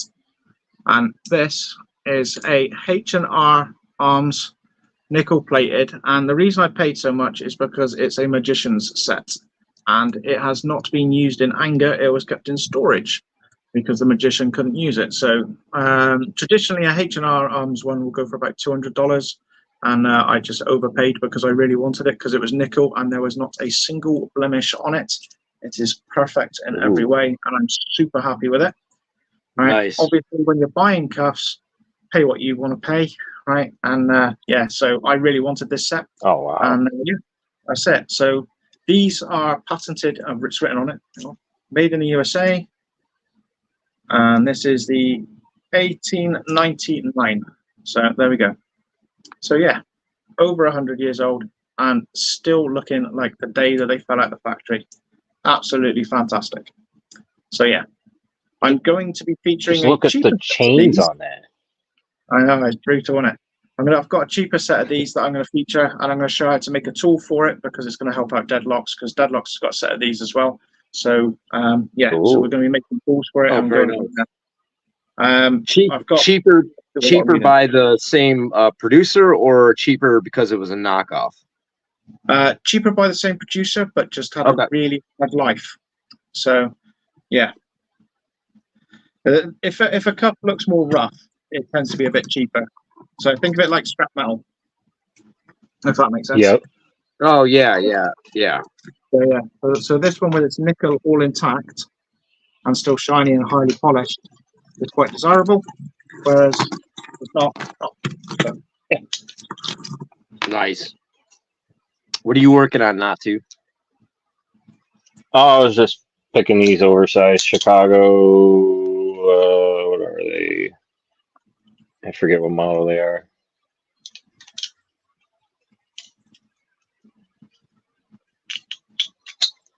These things are monsters, though. They don't even need to escape them. I can just. Normal cuffs are pretty loose on me until you click them all the way down. I don't even know what an oversized set would feel like on me. They're. I'll show you a comparison. I mean, that's the difference there. Oh wow! So they're quite a bit bigger. That's for sure. There's so much bow. Yeah, like that thing is unreal. Those were on me. It would have like a tail coming off of it from the part pushed through. Oh yeah, let's see if it closed almost all the way. If I could still slip my hand out or in. Yeah, I can still. If I really had to, I could. Not trying to dislocate my thumb right now, though. No, don't do that. Don't do some lethal weapon stuff on here. then you're Deadlocks. I haven't got out of the S or X22s unless I shim them. I was trying to pick here and there, and I don't know. Those ones are. I was gonna come back to those in a second. Those ones have been kicking my butt so far. But I can shim them. I just can't pick them. The X22 double lock bar, right, is split in two. Yep. So you need to pick it twice. So once at the rear and once at the front. And with the actual double lock itself, if you push the bow in the half position, right, you'll be able to pick it twice. But pushing the bow in and picking at the same time is a bit tricky. So just whack attack them off, because they do whack attack, and then shim. And that's the X22. Everything's got a flaw if you keep it simple. Everyone seen Terminator 2? Yeah.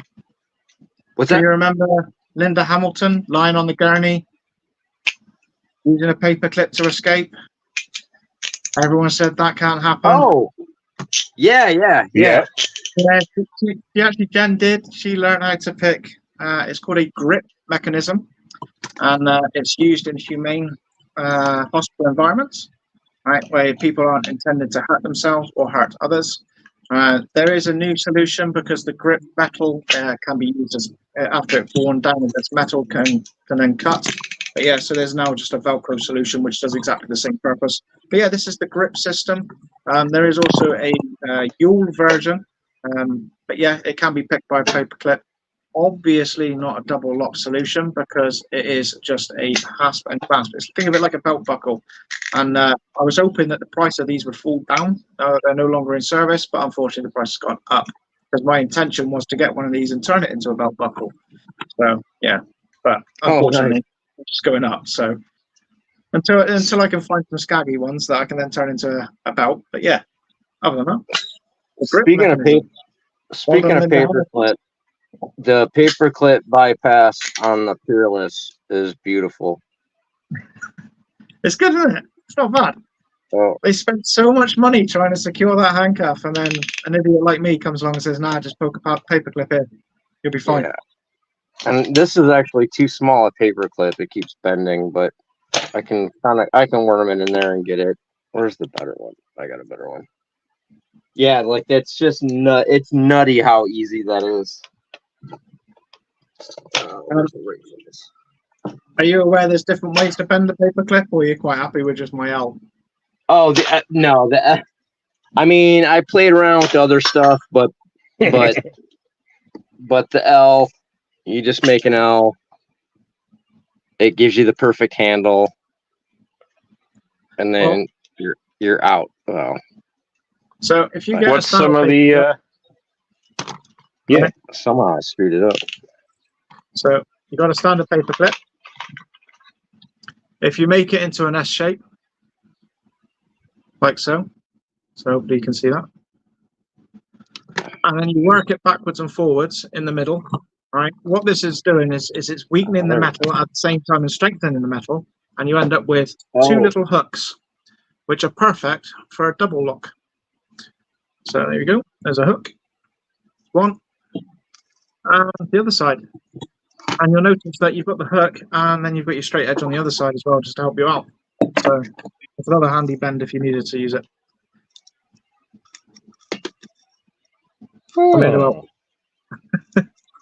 That's a nice tip. nice. It breaks perfectly. Yeah. I'm trying to I got a bunch of paper clips that are too big, so These new cuffs got so much oil on them. It's like, oh my god! I was just whack attacking them, and oil was spraying all over the poor mini anvil. There is a third bend that I do as well, but it kind of knackers your teeth. Ooh. It's more for hi-hats and stuff. I'll tell you what, I'll keep that one right in my back pocket because you never know. Save it for the next time. Yeah. Yeah, I'll save it for the next one. It's a bit late for me to try and find a dentist over here, so you never know. I used to open bottles with my teeth. I was known for it. And I tore my teeth up doing that stuff. Yeah, but now you can just open bottles with cuffs. Oh wait, that's right. You can this is just for display purposes. Right? But it's also like a can opener, right? Cheers.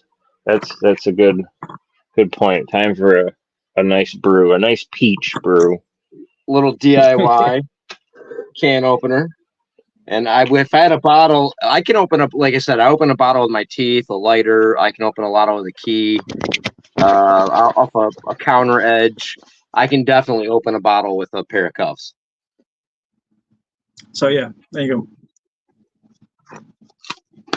So what do you got coming up, man, Coxie? You got I know you had that disappointing bullshit with Guinness, but do you got any other events, or you got any other projects or series or anything like that you're doing? So I'm working hand in hand with the Doncaster Restraint Museum. I'm trying to convince them to get a YouTube channel up so they can do a podcast. So it'll be more of showing off different handcuffs every week. He's just trying to get himself set up. He's hoping to be open in September, and with him being open, we'll be able to start seeing some really, really posh cuffs. One of the cool things about the Doncaster Restraint Museum is he lets you be hands-on. It's not just looking through the glass. You get to try the cuffs on. And with certain models, he will let you pick. So he knows that I'm quite mechanically sympathetic with handcuffs, so he'll let me pick some of his rare ones. There are some cuffs that I won't even touch because they are far too rare, like his Mackenzie mitts. But Deadlocks has worn them, and he can attest to they are quite interesting. So we've got the Doncaster Strength Museum opening. I'm hoping to do an escape at the same time, which will be another record attempt, but I don't think we're going to have enough time. The other thing that I'm trying to do at the minute is help one of my good friends in the UKEA with one of his books that he's recently acquired the copyright for. I highly recommend it if you want to escape out of handcuffs. It's called Riley's, A Key by Any Other Name. All right, and it only costs £3 to download on your ebook, and there's lots of information in there that I can't tell you on YouTube like this. But if you own the book, you can read it and go, "Wow!" So there's some useful tools in there. And that was called A Key by Any Other Name. A Key by Any Other Name, and it's written by a guy called Riley. He was a British escape artist. He has since retired. But yeah, he was a locksmith that turned escape artist, and he worked with the likes of David Duval, Mick Hanslick, and various others from that same era. He also did a couple of handcuff designs for Paul Daniels and assisted with them. So yeah, he was quite well known at the time. Yeah, and he wrote his little book. It's about 15, 16 pages, of which there's about 15 or 16 pages of pure gold when you're talking about 90s handcuffs through. You will need to modify some of the designs because at the time, rigid handcuffs hadn't come out, but you can see the usefulness because they talk about hinged cuffs. Just imagine that the design that they're talking about with the hinged cuff, put on a rigid and just extend it by 5 mil and you'll be sorted. Oh, wow. Well, that's cool. Yeah, that's definitely worth getting. And if it's like you said, if it's $3 or whatever, $4.50 for American or something for a download, that's worth it. And that's a Starbucks coffee right there. To get like a cool book. So absolutely, I got to get the link to that, and we'll share that later on. Definitely. And Deadlocks has agreed you can't get out in the mitts. No. It locks your hands out. Another product that was way ahead of its time, but unfortunately, whenever the prisoner was wearing it and he wanted to go to the loo, the escorting officer had to assist, i.e. hold it for him. So you can imagine that didn't go down very well. Oh, that's terrible. Yeah, I would prefer. Yeah, I would prefer less secure cuffs and me not having to throw the assist, as you so eloquently described it. Oh, that's too funny. There was a famous book, wasn't there? Everybody Poops, right? Yeah. Oh yeah. Imagine having to wipe a prisoner. Woo! Everybody needs to hold a weed. Actually, yeah, no, I've been handcuffed and told a cop, "Hey, man, I'm about to piss myself." So, like, he let me out so I could, let it out on the side of the road. He didn't want to pull the assist, so he was like, "I'll let you out, man." We've got something in the UK called the closeting set. Did you want to see that? It's designed just purely for that purpose. Definitely. Oh, all day, man. All day. I could geek out and watch you show cuffs all day. I know, right? Hey, Steve's lockpicking. What's up? Eat some sushi. If I have it, I Sam. Anybody sushi. in there? I Sam. That's how you got me thinking that's how it's said now. I Sam you sushi. Yeah, like I'm sorry, but that's how I read it. And it cracks me up, so I love it. And he's such a nice, like, friendly, sweet guy. Like, it really fits. You know what I mean? Go ahead, show us. Okay, so we've got one goes on one hand, one goes on the other. So I'll just throw that one on the floor a second. All right. Notice how much space you've got. Oh, wow. Yeah. All right, so you can do whatever you need to do. All right. This length goes around the back. Oh, wait, what? Is attached to the prison officer and it's fed under the door. So you've got your privacy. So it is one of the few times that you're left alone with enough space to escape out of handcuffs, but you're in a very, very small room. So Oh wow, that's a very Where is that from? this is the UK's closeting set, and it's used in courts. So if the prisoner wants to go, or sorry, the accused wants to go to the toilet, Yeah. that is what they use. So it's a clever idea. Spookily enough, that's where most escapes occur, is in court. So this was one of the solutions, and the escape rate. It's basically a leash. Well, yeah, for one of the best. Yeah, I have got another solution for chain gangs as well, but they're not so much used anymore. They're just silliness. The chain gang thing, it's more low. I use it for silly games when you're playing in a pub, like everyone drinking at the same time, so everyone's got their hand attached. It's synchronized drinking. Otherwise, someone gets wet. But yeah. Oh yeah. Oh yeah. Like that's a great idea. Like I mean not great, but great in my eyes. You know what I mean? So, I like that. I mean, what's a Wow, party he like split that? Ball Trimax. Zeph said, "Did you know there are some gun locks in police cars that can be unlocked using a simple handcuff key?" Yeah, Zeph, honestly, I'm not surprised after Not Too Dead got me this handcuff key padlock. Like that is the exact model. I've got one on there. Yep. There's two of them. There's one for standard universal, and there's another one which is the split key with Yule. They're exactly the same for padlock, and they can be opened with a universal key. There's the universal key is used on quite a few of the humane restraints as well, because a prison officer is more likely to have a universal key than they are to have an actual key for it. There's so many different solutions. A lot of handcuffs nowadays, Yule are very guilty of it. They had a really high secure cuff. It was an amazing handcuff. And then all of a sudden, because they wanted to go into international markets, they gimped it and allowed the universal key to be used, which means that it's super easy to pick and escape out of it. And I'm absolutely gutted because I used to recommend them all the time. Yule ML9 was absolutely fantastic. Now it's utter wank. So, yeah. Oh, that sucks. Yeah. I can tell you just on my where is it? My Peerless 700s. Just again, I've been abusing them so much that I'm learning on these. And there's like a split bar for the double lock. It's not like a single bar, it's like a split. So and I bent something on the spring in here, so sometimes these things lock up and I can't open them with a key. Well, I can't. Right, so for 700, yeah? Yeah. All right, there's no double lock split in there. That is a single bar. So it's just a spring. Is it really?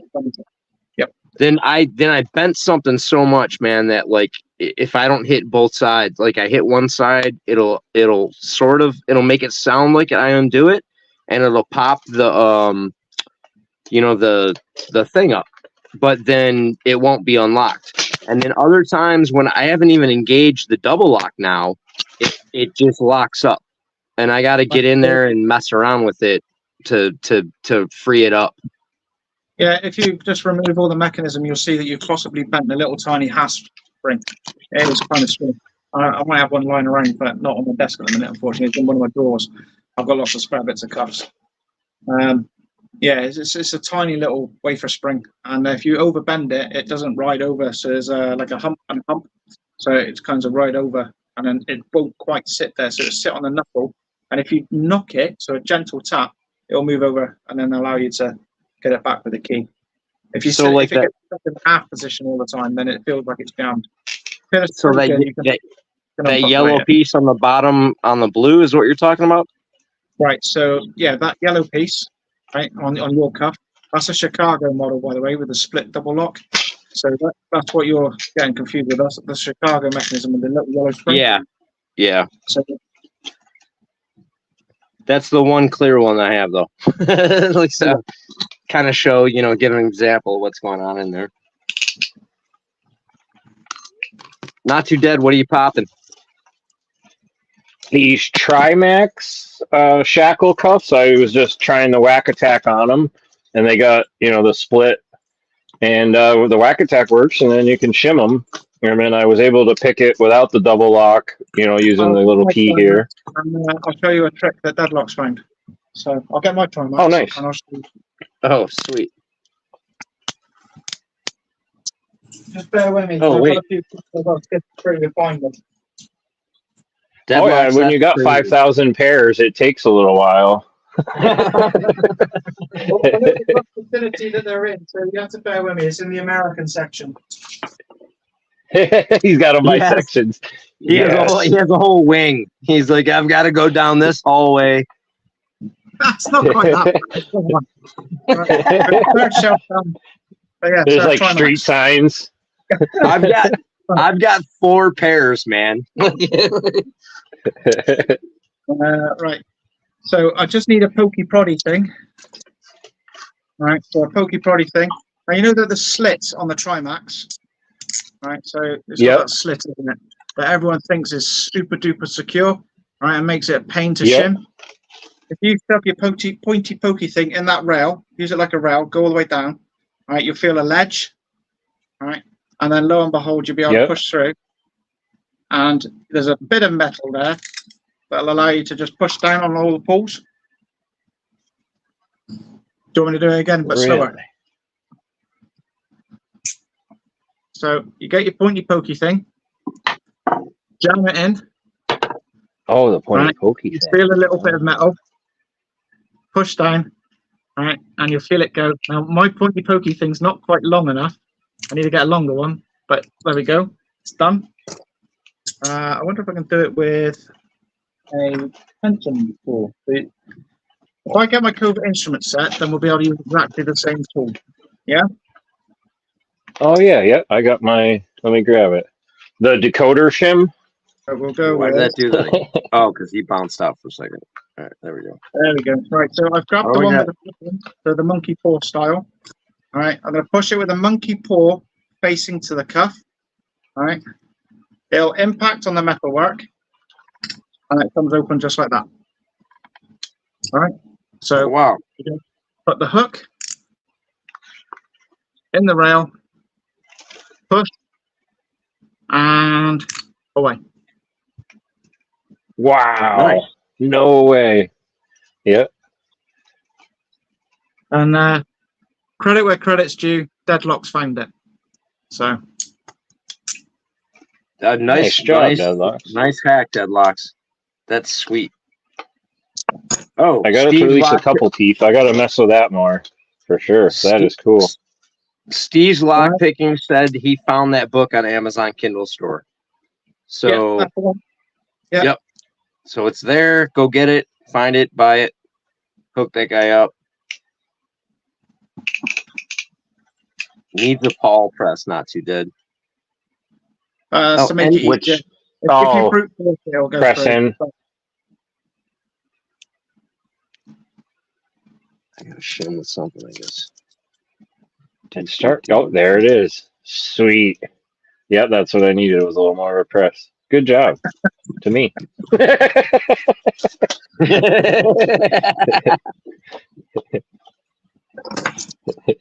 Thanks, Deadlock.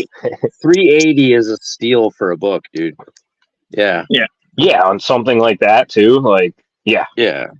Like That's a with wicked knowledge, good not price. just it's worth it if you just buy someone's like, hey, I wrote some stuff about a thing in space or fantasy, cool, $3, man, or Mhm. $4. But to get knowledge under $4, can't get a coffee for under $4. So, and obviously I'll be able to refer to which page it is, right? So you'll be able to say, oh yeah, that one. Right, okay. I know what it is. Right. Oh, yeah, once I get it, I will hit you with page numbers for sure. I'll be like, hey, so 122? And you'll go, And yeah. I can give you a hand with how to make some of the bits because it shows you a picture of it and you go, I think I can make that. And then you end up with my first Meccano set, and you try again. So yeah, there is a couple of easy ways of making the stuff. Yeah, Do Deadlock. you have a tool like this to show us this attack, Coxie? The Darby bypass tool? I'm not See that? familiar with the technique, but Right. So the Derby bypass, right? You need a really, really old set or a really, really young set. So you need it from the 1980s. The Model 115 with the adjustable. And the idea is that your shim goes down and it goes against the weaker spring, right? In theory, it works. Reality, you're stuck. oh yeah. It's easier to use something like Derby Escape toggle where you go through on that. It's one of those Houdiniisms that people say, oh yeah, well someone's done it once, so it must work. And this is like pre-internet, and because the lies snowballed and snowballed and snowballed and snowballed, it's gone through. There's a very, very popular book amongst magicians by Dick Norman called Handcuff Secrets for Magician, and it does describe a lot of Houdiniisms. Some of the stuff works, some of the stuff doesn't. Some of it is good ideas, some of it needs a lot of analysing. In essence, I would suggest that take everything that you read pre-1960, right, and with a heavy pinch of salt, and then a lot of this seer stuff that people write, they don't have the cup in front of them. They have the cheap Indian ones, right? And so they say, oh, if it works on the cheap Indian ones, it must work on the Hayat ones as well. And the thing is that I've got 70 different examples of Derby over there. Right? And the thing is, every single one behaves differently, regardless. They've all got different keys. There's stupid amounts of Derbies over there. Right? Some of them I've got to call victims because I literally abuse them to try and do the wrap off because I smash the shit out of them. So yeah. But, yeah. Oh, that's right. Nice. Roxy, That's good to know. A Houdini straw. Oh, Left Hand Loki just popped in. Or maybe No it's been way. a while. I haven't heard that phrase Houdini straw before. Is that not like the cruciform where it's the two tools like this? Oh, a straw's a good idea for a shim. Yeah, the old McDonald's plastic ones used to work a treat. I Thanks, haven't Eco. thought of that yet. I've tried a lot of household plastic for that. Yeah, I haven't found I wonder if I have a straw. the major one yet. Well, that's like I'm looking right now for a straw. how did I? Cocktail straw. That's all it is. Oh, right. Okay. So Houdini assorted cocktail straw is a metal straw. Yes, you can with some item. So yeah, I'm loving all these metal questions straw, from people. you could use it to support a thread and then pull on a Derby. If it's the plastic type, then you can use it as a shim on the modern day cuff. But yeah, and they are deadlocks are just confirmed. Plastic and paper cups can be shims. So yeah, and the weird metal face masks as well during that wonderful pandemic time. They were great shims. Left Hand Loki, Blastastic Escapes, Yin Yet. What's up, guys? New people in the chat. Yeah, dude, I loved the way when Deadlocks did the plastic money. He made a channel out of it. A U shape to get in there to shim in on. I don't even remember what pair of cuffs, but like that made me start thinking. Okay, try to think instead of just in that one little spot. And then when you gave me the paperclip trick, it's like, well, think about the sides, think about the that bottom channel, think about whichever way in the gap or any lack of tolerance, to exploit. So I love that kind of thing. So as you know, one of my projects is learning magic and playing cards. These are great shims, right? It's even funnier when you actually do it so that it pick that card. Keep throwing paper clips around. There's so many of them, right? So yeah, you can just shove it down the side of the ASP Sentry and just nudge the ball out the way, just like that. Oh, nice. So yeah. Oh, I can't believe I didn't even think about trying to use cards. Yeah. So when you're playing magic tricks, you can use their cards to open up the cuff. So you're gonna say you could do a simple card trick. You are going to help me escape. Yada yada yada. Chatter chatter chatter. Find that card. Yeah, Open it up. Drop the fish. So yeah. that's the one thing. Like these Yule thumb cuffs, I like how their sloppy tolerance allows me to get in there, and it's not always perfect, but I can feel around to poke around, and that's the kind of thing. It's like, well, a card or a shim or something like that, I can get in there on this and try to hit that. So but I didn't think of a playing card yet. Oh, I can't believe I didn't think of that yet. I used to be a magician, man. Oh, yeah. Like, that's sad.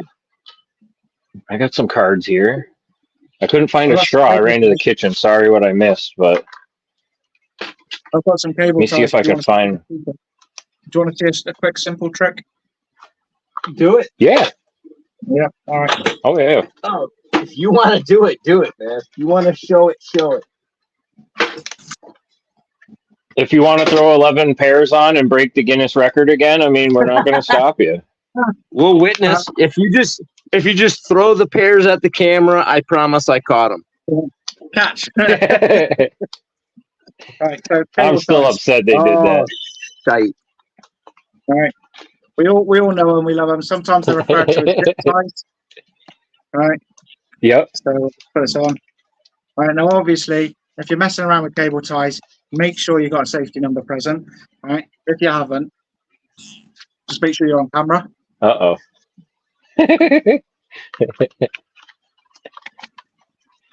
That face make was sure so you do it up. intense. Nice and tight.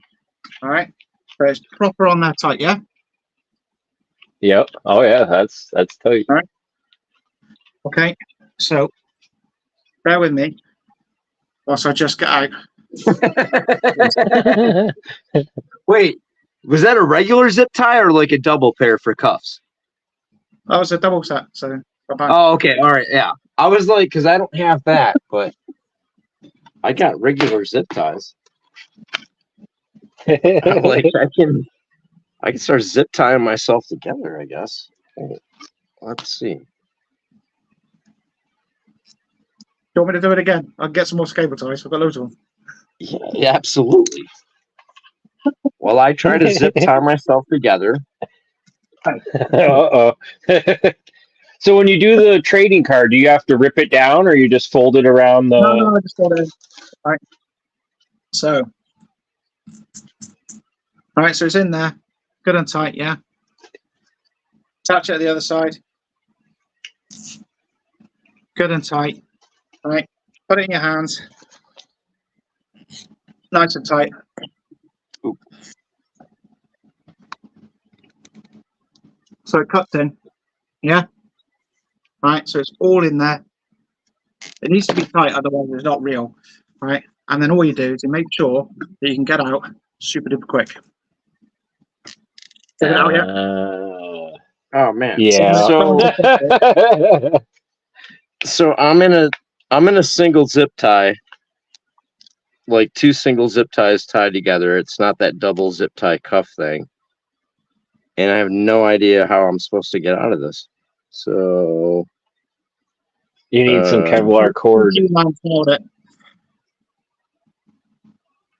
I mean,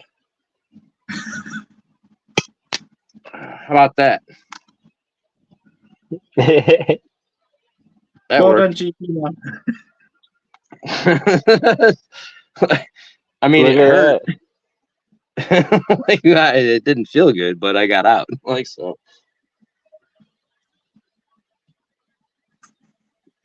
So what's the trick to that, Coxie? Right. GK man's nailed it. So I'll do it slow time. Oh, Because it's a pub. There's some prep going into it, I think. Yeah. Yep. No prep. I mean, it's like your thumb cuff trick. very much so. It's, Okay, all right. So as we're that's going a over, proper magician trick, man, right there.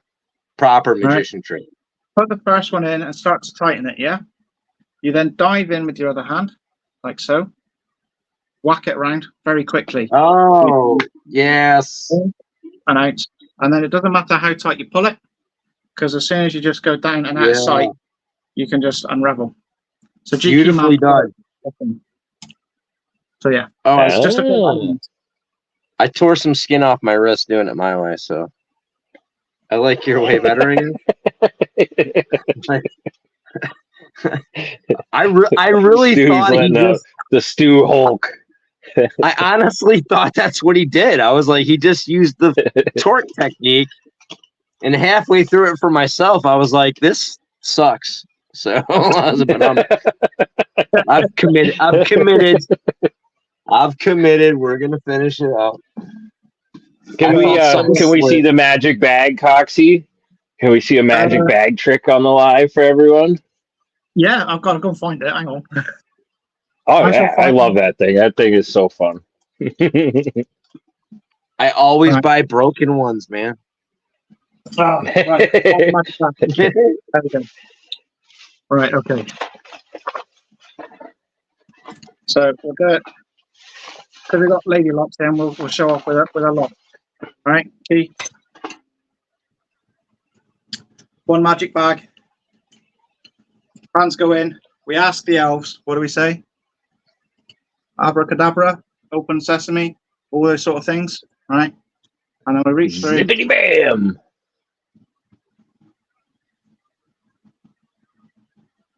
Nice. Ah, look at that. I love it. The magic bag. Yeah. It strikes again. Oh, I just thought of a trick I gotta learn. Actually, thank you. See if I can do this off. Is that Blastastic? Is that how that's pronounced? That's a cool name. Thanks for popping in. We were chatting earlier on the Cuff Discord. He's a cool dude. Oh, what's up, Blastastic? Left Hand Loki said the jokes write themselves poking around in some things with sloppy tolerances. Phrasing. Yes, Loki, yes. 100%. This is a hobby fraught with double entendre unintentionally. Yeah, absolutely. Just the fact when I started buying cuffs and I pulled them out of the package, my wife looked at me. She's like, "What are we about to get into?" I was like, "These are for me." My time. Oh, that was great. Tickles, what's up? Tickles is here. Ray's here. So yeah, I did mention them earlier. The M09. They're super lightweight cuffs. They were the greatest cuff. I always just recommend them. I just fancied another set, so I went and bought a set. Now, they've got the world's gnarliest anti-shim. Right? And it's really messed up, which is why I always say they're great as a challenge. You'll have always been one of those cuffs that people have been scared of. However, I don't think you'll be able to see it very well. There's a metal bar that goes all the way through. Right? Yep. They downgraded the anti-shim on this to just 2 little nubbins, whereas it used to be like 3 or 4, which would get right in the way of your shim. The pizza metal warding traditionally used to go all the way through the cuff and enter the keyway, all right, which meant that you had to use the specific Yule key with double bit, right? And because they still issue the Yule double bit, people say, oh, it's a split key system, so therefore it's a super secure one. So we'll take the Yule keys, drop them on the floor, we'll take a standard cuff key, put it in, and oh,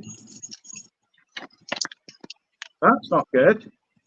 Well, I wonder if that affects how hard it is to pick them.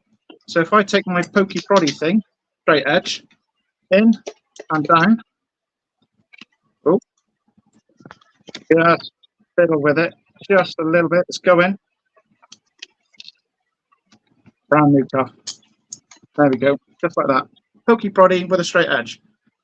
The world's most secure handcuff, gimped for export. So, brilliant. But they're still lightweight. They saved money on the metal costs. Well, yeah, technically it's a little bit lighter, isn't it? Because they put less metal in it. Right.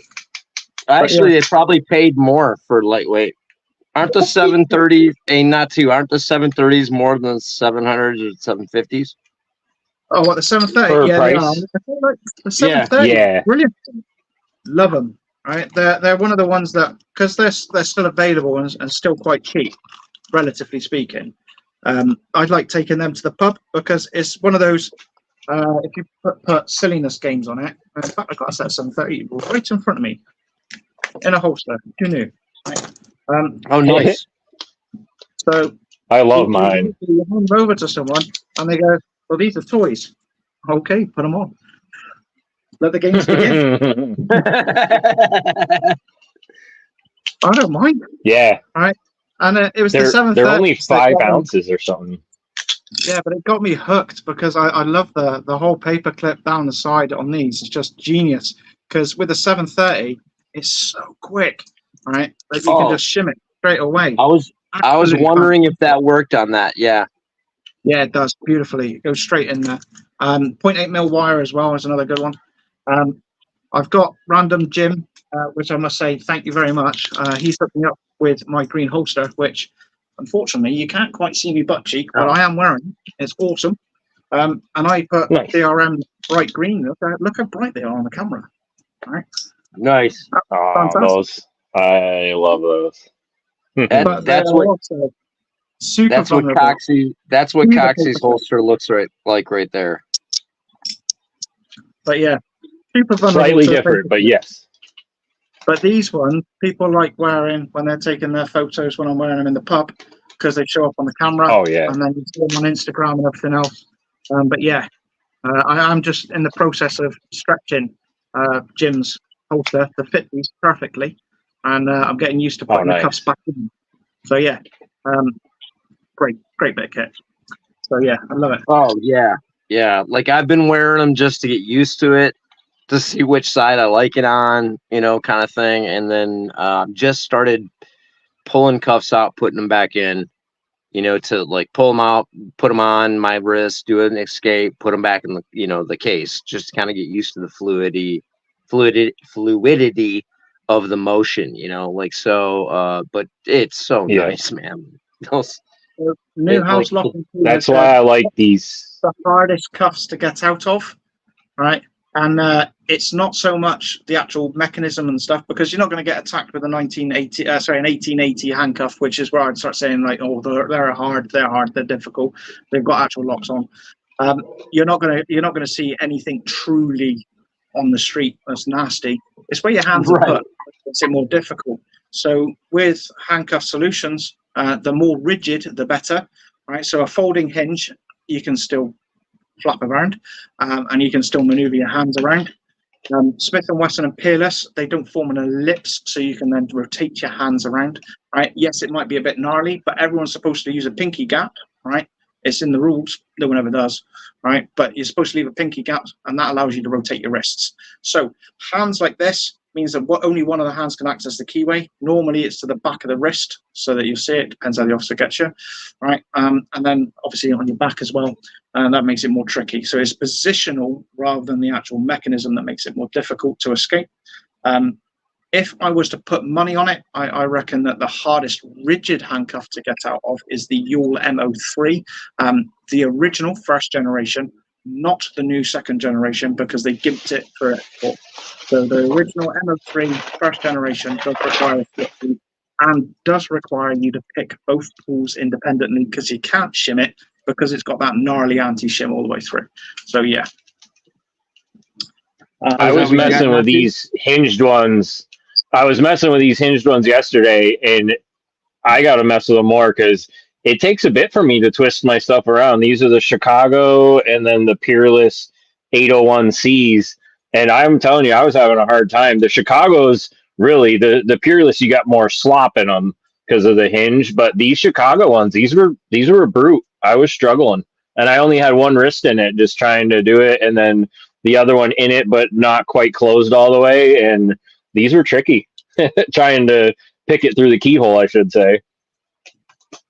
Yeah, the 801s can be wrapped off, and so can the Chicagos. So the double lock can be wrapped off, and then you can shim it. Wait, what? It can be what? The whack attack. Oh, whacked off. Oh, I thought you said wrapped. What? I was like, what do you mean wrap? What are we wrapping? I was like, I want to learn that. Yeah, What about that's nice. Nice. What about on these? How hard you got to strike these? I know somebody said I might damage them, but they're susceptible to the whack attack. Right. So technically, they are susceptible to the wrap attack, but that's the Smith and Wesson version that you've got in your hand, right? And so if you look at Yep. it, it's a Medico 72S, or is it the Assa Abloy version? Yep. So if No, it's the medical. Yeah. The Medico 72S, right? You've got a 1 in 100 chance of fluking a rake on it, so you can rake them open. Bosnian Bill did a wonderful feature on the 72S cam lock. It's a 3-pin system with rotations. You could sit there and pick it, but obviously one hand's out of the question, so you need to tension lightly and rake, which you can break and pick through going through. If you have the new variant, which leaves it in the key in the off-point position, see, the problem is that you can't take it apart, so you don't know what's behind the back of it, whereas I've got the prototype, so I know what's behind it. It's a small piece of metal that interferes, and it's an interference fit, so it doesn't matter how hard you smack the crap out of it, it's still going to stay on, because that bit of metal stays in place and blocks the pin. So yeah, there was the first generation Medico, you set it, and then the key came out, and it didn't move the bit of metal. And then the second generation, they made it so that the key would come out in the set position. So it's actually a triple lock system, because you push the pin for the double lock, and then you've got the Medico lock as well, just to reinforce it. It's kind of a cool system. But yeah, Yeah, they're pretty. You can also stick a box They're over it as well. intense. To make sure. So yeah. Hey, Deadlocks asked, is the DL window exploit an option on the BOA? Right. Can't confirm, but I'm pretty sure that the spring mech is exactly the same, because on the drawings it is the M100 inside it. But the problem is, again, with that bit of metal just being an interference, I'm not sure whether it would actually tug through. I might be able to simulate it on an old set by leaving a key in the same position that it would be in for the Medico, but it's too expensive a cuff to risk a gamble on it and possibly gnarl in the spring. Yeah, expensive cuff tests. That makes sense. like it might. Yeah, let's leave that to theory. Yeah. So light tension, light raking, and twisting as you're going. Yeah, I've got a couple false gates already with it, or false sets. Maybe I need to be a little less with the rake in here. I'm probably a little too violent. What set is that again? I'm used to a regular. The Smith and Wesson or BOA high security. So with I think the Medico. It's called Cuff Max, spelled with triple X, whatever it is, and the Peerless one is known as Boa Peerless, I believe. I believe that's the similarity between the two. I do know that the ones in Handcuff Warehouse are the older versions before they've gone to the new ASA system. And yeah, it's a 5-pin lock, but it's not the twisty one, so it might actually be easier to pick. I don't know. Again, out of my price range and in the States, so I can't get it at the minute. Right. I'm just, any handcuff I can rake open, I'm excited about. That's what I was thinking earlier. I'm like, Stu needs to give these a try. I was like, oh man, I want that set in my not in my hands, on my hands. So like, I want at that set, man. If it's once he was like, just once he said rake it open, I was like all ears. Like, let's do this. Yeah, you gotta like rotate the rake back and forth because it's got those multi-directional pins in it. So like I was watching the Bosnian Bill video. Once it hits something, it doesn't open. You got to reset it, and then try it again. But yeah, he did it pretty quick. He made it look easy. I'm guessing he took several takes on it, but I just took the one take.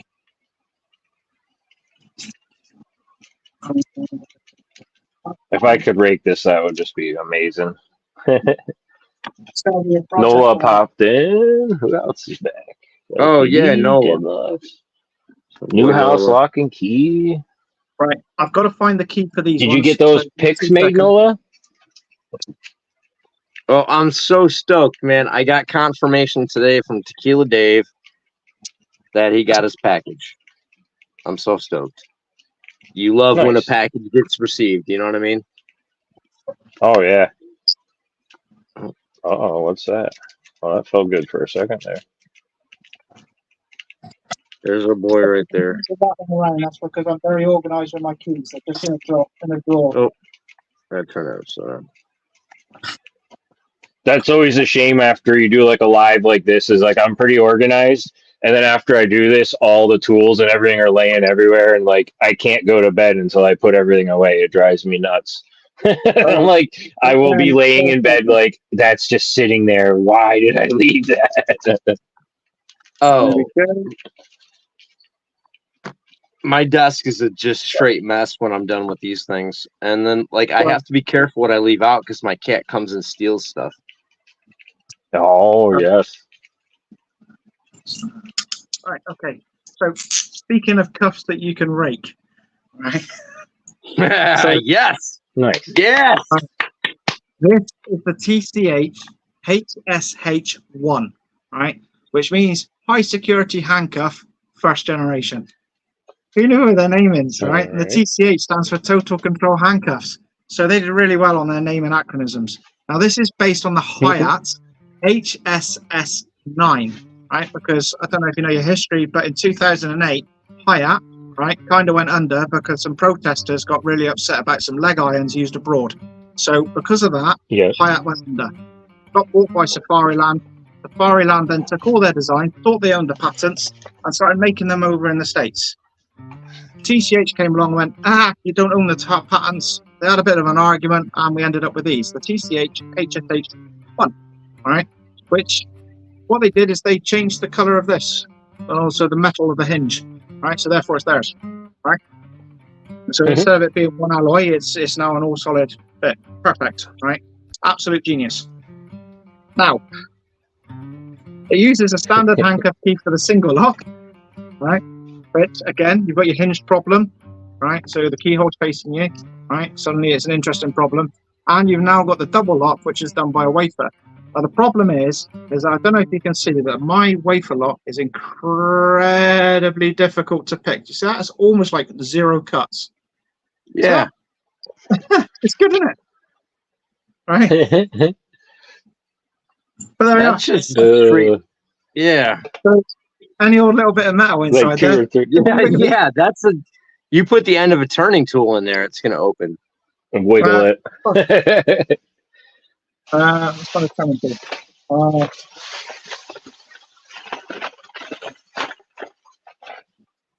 I don't know which way it turns actually. That would help, wouldn't it? Let's find out which way it turns. That way. So that's too big. I need random object. Random object. Love the random object. Oh, Right. Household. I call it household item. a Household household item. item. Yes. Yep. That's a no on the random bit of metal inside there, but it will go. So if we use it as a turning tool and then take my pokey proddy thing. There we go. Nope. 2 pins.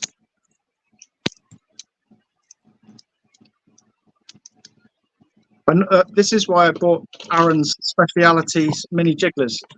Now that he's disappeared. Yeah. His mini jigglers, I thought they'll be perfect for this. So if anyone's been on Southern Specialties website, there is a set of mini tools, and these are perfect for wafer locks, which this is a wafer lock, right? And lo and behold, we can jiggle it through. So yeah. Nice. Oh, I've got some great jigglers from those guys. But yeah, that's the HSH. And then I'll show you my filing system for keys, right? Because, you know, being organized and everything, you know.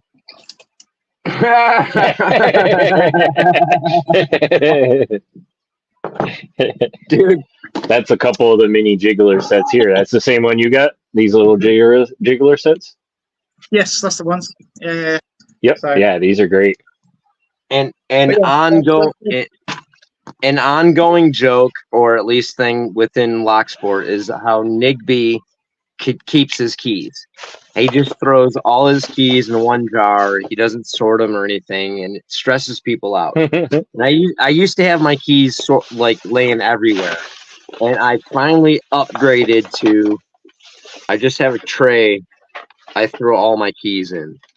So if I gotta find a key, I gotta dig through all that to get to my key. It's live finish. No? See, now I feel too organized and with my key ring, and I still got to add more to it. But Yin Yet said, "Did y'all talk about thumb cuffs yet?" Well, here's some thumb cuffs. Oh yeah, They're smaller. we haven't versions really of touched handcuffs. on them yet. They're for little mini people. You could use them as actual handcuffs if it was a tiny Right. person. Hey, Yes, well, that was my box full of keys. I have And- the Hobbs keys as well. There's another one which is the Hobbs. So anyone that's interested in lever locks, there was 2 characters, right? One was Chubb and the other one was Hobbs, and the pair of them had a massive pissing contest. They opened up a shop right next to each other, making high security. And yeah, so I've got one of each, and they're both double handcuff keys. So yeah. nice. They're identical in every way. They literally copied each other's ideas and, oh, that's a good idea. I'll use that one. So yeah. Yeah, So I new need to get house. some stuff like New house. You If I was smart, I would have a board where I hang the locks with the keys. I like that idea. I just don't have that. I didn't do that. I don't know. I throw the. I Well, did have a massive rack with all my keys on it and everything else. And I thought, yep, that's brilliant. It looks smart. No, because as soon as someone comes over to have a beer or whatever, the keys get all fucked up anyway. So I just say, Yeah. bollocks to it. Especially Yeah, I don't like. Well, when I started picking locks, looking at the key messed me up. So I pushed them away. Like I just threw them somewhere else, and then now it helps a little bit depending on the lock, or it doesn't mess me up if I see it because I don't pay attention to it. I learn not to. But yeah, like I need to have them. And I've actually sent locks out to people and forgot to send the key, so I apologize for that. Yeah, recently you sent me a couple locks with no keys too, and I was really upset by that. No. You gotta No, love. I'm just goofing with you. I jammed in the extra space. You got a lock from the Lovelock bridge from Mr. Inferno. There's no key. Oh yeah, And then and I love it. My first Inferno lock. I sent you one of those Schlag SFICs, right? Yep. Yes, sir. Yep. Yeah. Like I was making a funny when I did the video. I was like, yeah. "Oh man, Stu, you forgot my keys. I ain't gonna be able to get into these." Yeah. No, I didn't forget your keys. You didn't have keys, but even if there were keys, I probably would have forgot. That happens, man. Like I'm sorry. So I sent Sadistic a lock or 2 without keys. He'll be fine. All right. The thumb cuffs that you get, right? They'll always give you the fun story that this was done during the what's it called? When they said no to alcohol. Crazy. Prohibition. Yep. The stupid ludicrous. time. Yeah, absolutely ludicrous. But the horse crap idea that magicians tell you is that this was put inside the police officer's pocket so that they could covertly hide around. The magician would then reveal there's secret ways to get out of them. They're cool. They're now used by magicians and adults in a certain field, which always turns up on my search history, which always it gets interesting with the wife. Oh, that takes us back to. Wait, someone asked Steve's lockpicking, I think, asked when the pink fuzzy cuffs were going to come out. I've got a pink set. I was going to buy some. All right, I've got a set of pink peerless. All right, you got to make sure you got it. So I've got pink peerless and pink hinged as well. And I'm going to be printing off them pink covers for rigid because it's not a cuff collection pink set. So, but yeah, anyway, so one of my favorite things when I'm in the pub, because obviously these are small, they fit in your pocket. Everyone knows them and they mess around with them.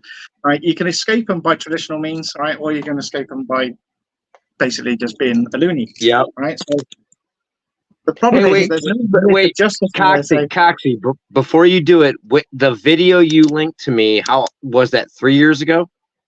Yeah. Okay. All right. Go ahead. Right. So I normally what I would say to the person is, right, you escape with the key, I'll escape without the key. All right. Wow. All right. And then the problem is that we're doing this live and you can't see that these are on really tight because there's no independent witness, is there? All right. I could have put this really loosely. Right. And I get that. And it's real problematic when, right, everyone says you haven't done it tight enough. Right. You see what I mean? So it's tricky because you're not here and you can't see me escape out of the handcuffs. So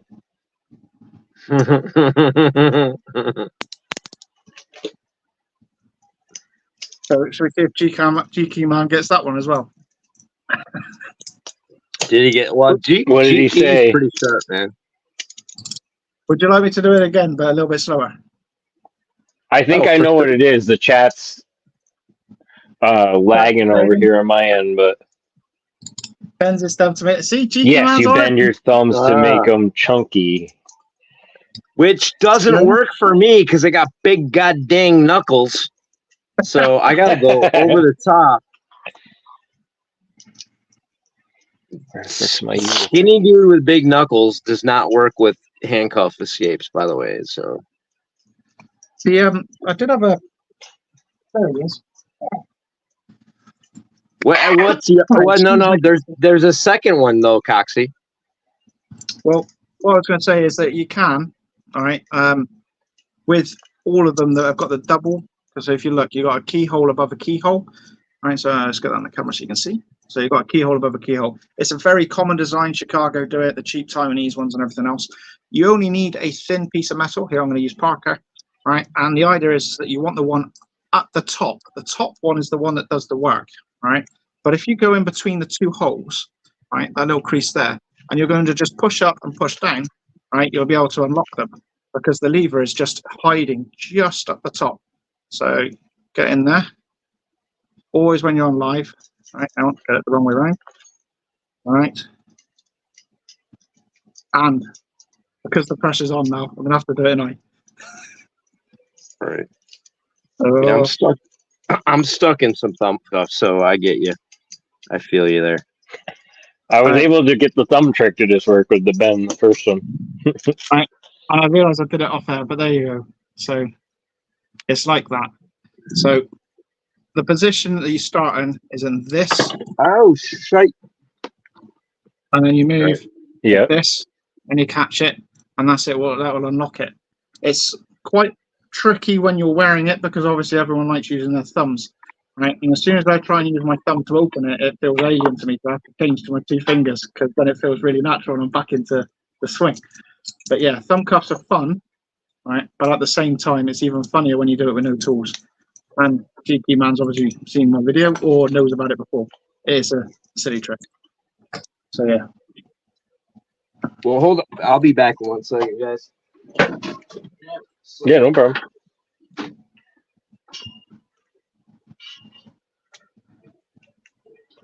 Did anyone want to see anything? So you said specific? you had lever locks too, or you got into lever locks?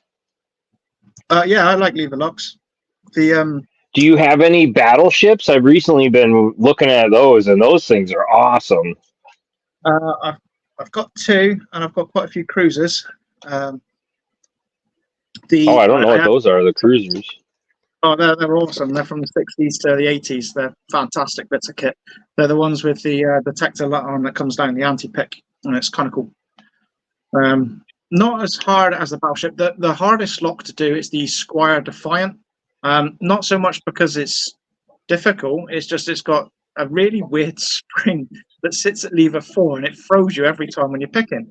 So you go along and you feel this really great solid lump and you think, oh, I haven't picked that. You try and pick it and then you remember, oh yeah, it's a Defiant. It's the spring to release the latch. So yeah, it's just one of those ones that if you didn't know, then you get caught out. Need handcuffs with lever locks. There's quite a few. There's the SPE, there's Lips, I was gonna say it. the 1K70. The lever lock systems, as daft as it sounds, can be abused just the same as any normal lever lock.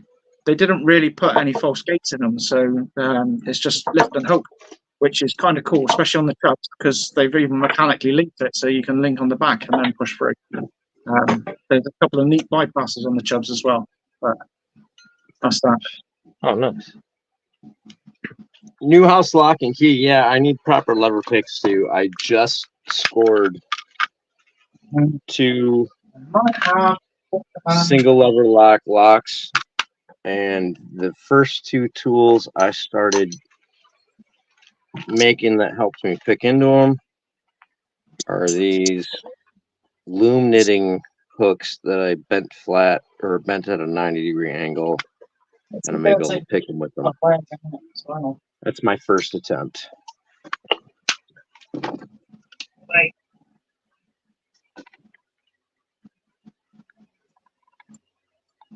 Right, I can't find the chubs. Well, quickly, so they can wait. Right, so I can show you a generational change if you want. So we've got, so this Yeah, is definitely. German, right, with lever. I'm not going to put them on because I can't find the key. Right, yeah, it's in the box. Right, then we went from there to SPE, which is technically a clone, right?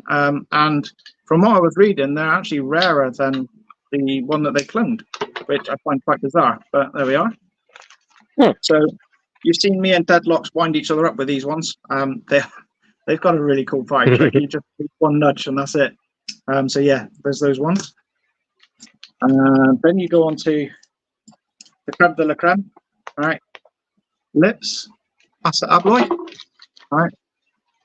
That's so lips were bought out and became part of the Assa Abloy group. As did everything that makes a lot nowadays.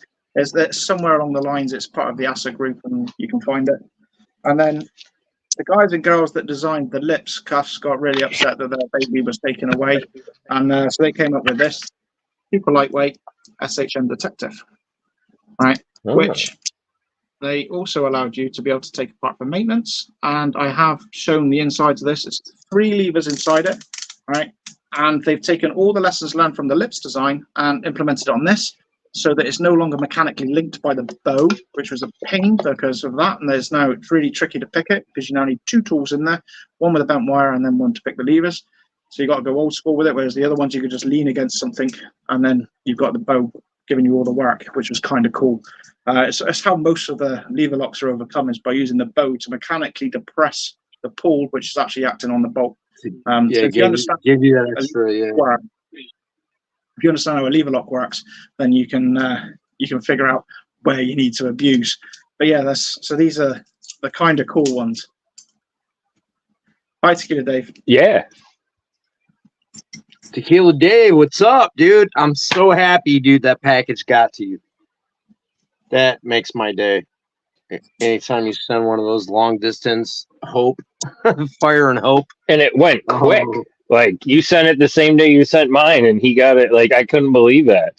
It's crazy fast shipping. How often are you surprised at my package shipping lane? Oh, it's insane. it's like you got a main hub to the line, and you're like, all right, sending it out, boys, get it over there. I get it quicker. I send it quicker. It's like, for the most part, like 7 out of 10 times. It's awesome. I love it. All right. So I have got. I heard a thud. Something came out. Something thudded. Yep. Coxie thudded over there. He dropped something. Oh yeah, I dropped loads of stuff. Heavy. No, I was talking about the cuffs. They sounded heavy. Look at that. What is that? Right. So there was 12 of these made, and it was made by a British escape artist called Nick Jansen, and he wanted to challenge all of the escape artists at the time. So there's only 12 of them. It's kind of cool because it is a genuine lever lock. It's based on a Squire system, and it fits your hands in like that. So over it goes. Right. Very simple. Right, and the idea is that he challenged everyone to try and escape out of it. Not many people took him up on it. However, I can safely say that I've done it the easy way. I can do it the hard way with a tool that I'm not really allowed to show, but I've done it. So yeah, I've done it the hard way as well. But you can see the easy way on my channel. So yeah, it's kind of cool. Now, the reason that this particular lock was designed or shape was chosen is because it's based on something that Houdini allegedly found in Russia. Right, again, you hear me be quite sarky about Houdini. Yeah, there's a bit of self. There's a lot. Yeah. Yeah, it's another cuff to drop. So in 1902, he came back from his visit around Russia, right, telling everyone about how wonderful Russia was, how advanced their locks were, and everything else. And he came up with something called the Russian manacle. It's new on the streets. It's going to be the way of the future, right? It's so new. There's only one of them. Okay, all right, that's kind of good. So he's got the prototype, or he's got a lock that he commissioned himself. Tomato, tomato. Anyway, this was his big sales pitch when he came back across, right? And the Russian manacle then went through, and it is a treasured piece in one of the museums. I can't remember which one it is now, but it's currently on loan. It's from the SAM, or whatever that stands for, something American Magicians. They hold it, they own it, and they've got Houdini's board, and on it is this little tiny lock. But you can 3D print it. So now, all these many years later, over 100 years later, right, you can now be the proud owner of that futuristic device, right, that was come up with in 1902. Right, there we are. That was it. And can anyone Look else at see that that thing. it's just a giant lock with 2 loops attached? Yeah. Yeah. And that was it. So that was Houdini's Russian manacle. It was his sales pitch to the world, and he used to do. By the way, if anyone knows, he used to do all of his escapes out of sight. So he'd go and wear this, and then he'd go and disappear off camera, as it were, or off stage, and then he'd be out of it. So maybe he had a second key. Maybe Jess came around the corner and just unlocked it. Who knows, right? But yeah, that is the Russian manacle. Very great salesman. I'm sorry if I'm shattering everyone's illusions about Houdini here. Right? No, I just ordered a book from him the other day. So yeah, actually, no, you're crushing my dreams. No, I'm just kidding. No, it's like in the late '90s, I got into magic and I got into a little bit of escape, and I ran into the illusion around him and even a lot of other magicians when you get into like people from that time. Like there was a very it was almost a propaganda level of what was put out about what they did and how they did it. They like to cover their propriety of what they were doing more than anything. Hey, what's up? We got Ray in here now. What's happening, What's gentlemen? up, Ray? So I had a question about the FBI cuffs, Coxie. Yeah. I think is what they are. That's one of you guys did a video, either you or Deadlocks the other day. I think it was Deadlocks. You familiar with which model I mean that the US FBI used? They're like they have the shaft down, they screw and thread in. Those things looked pretty intense. Shaft down, screw in. Shoot. If Deadlocks is here, they were I forget who made them. Was it Peerless? They were called the FBI cuffs or something, and they used them up until pretty recently. H&R Supers. Right, yeah, H&R Super. Yeah. Deadlocks. He's got them. I've got the clones. Yeah. But yeah. That's what I was gonna say. I saw the clones on Handcuff Warehouse for pretty cheap. Are they decent? Like, because I wanted to get them to look at for sure and check them out. They use a different key, so. Oh, okay. It's difficult because the annual ones you can escape out by side shimming, and you get the same visual effect. But the H&R Supers, they're one of the cuffs that I don't actually have. So Deadlock was black catted me on that one. Okay, well, next when you're on Deadlocks, we're gonna have to see those. I've been after them. Yeah. They're quite expensive for the originals. Like I think I found them like the cheapest for like $400 or something. I was like, oh my goodness. So I'm gonna have to be on a hunt for those cheaper. All right, hey, new house lock and key. Where's the best place to get price wise to get handcuffs? First of all, dude, Southern Specialties has two different sets, Smith and Wesson Peerless, that are a great price. After that, go to a Handcuff Warehouse if you want a little bit bigger selection and you want to get at different things. And then when you run out of that option, then you can start finding the further deeper recesses of where to go get these things. someone else had a question or comment. Oh, What you working on, Dave, Ray? Tequila Dave said I would. Yeah, hold on one second, Ray. Tequila Dave said I was a member of the Junior Magic Circle. Still carry a deck of purple bicycle backs on my work bag. Nice. Yeah, Oh, nice. like it's uh even though I don't really do sleights or anything anymore, I still practice with deck flourishes and things like that. It's like good for dexterity. It's good for it's just one of those like lock picking. It's one of those hobbies that centers your mind. So that's good. Ray, what are you doing? Oh, nothing much. I wasn't saying anything.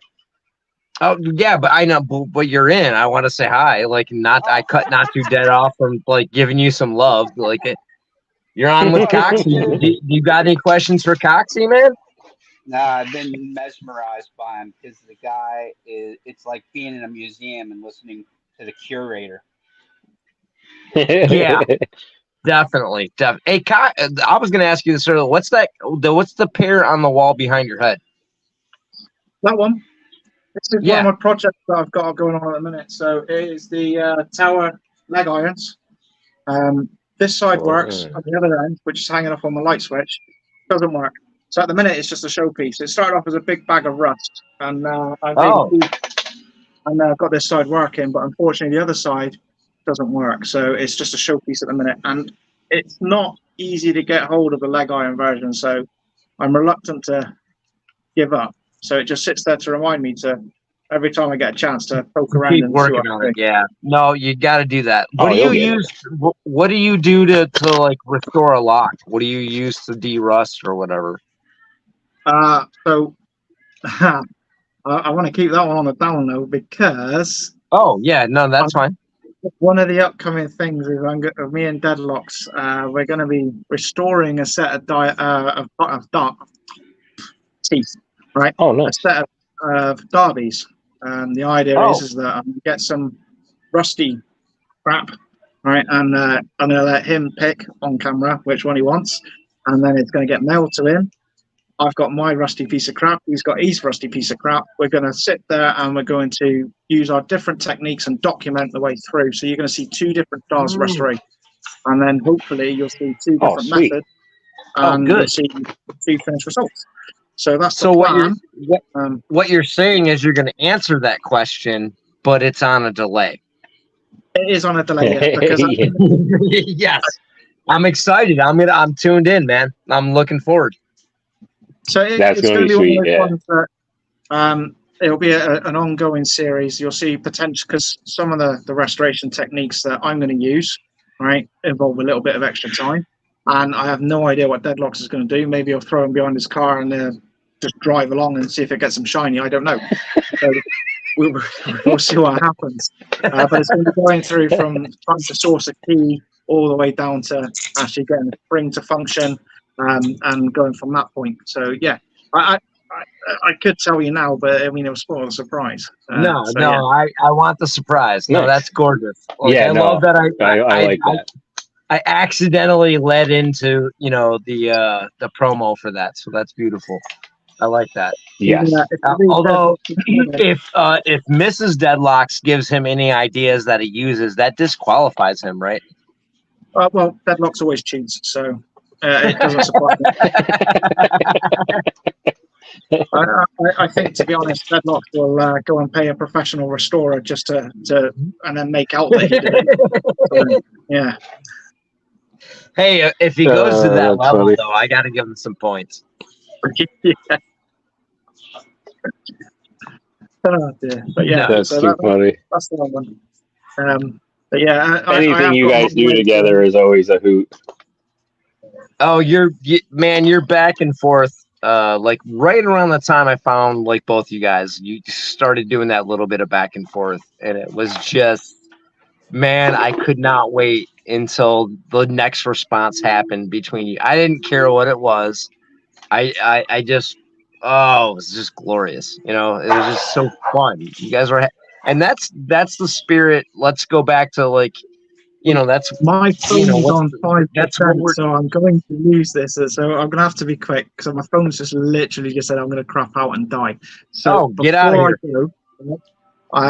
If you send me the link again, I might be able to get it on my my laptop, and I might be able to get that way. But I make no promises. So there is no beef between me and Deadlocks. We just do it for fun and the internet laughs. So you guys are a blast, absolute blast. Right, so we're like the American version of you guys, Stu and I. Well, we're trying to be. I'll drop off and I'll try and get onto the All right, the link. Hang on. I'll hit you with the link again, and if you get on, man. All right, Ray, take us in, man. Talk. Oh yeah. Serenade us with your beautiful Shacklemen voice. Hey Ray, Coxie jumped out, so you have to pick up his slack. Yeah, throw him on the big screen. No, I'm just kidding.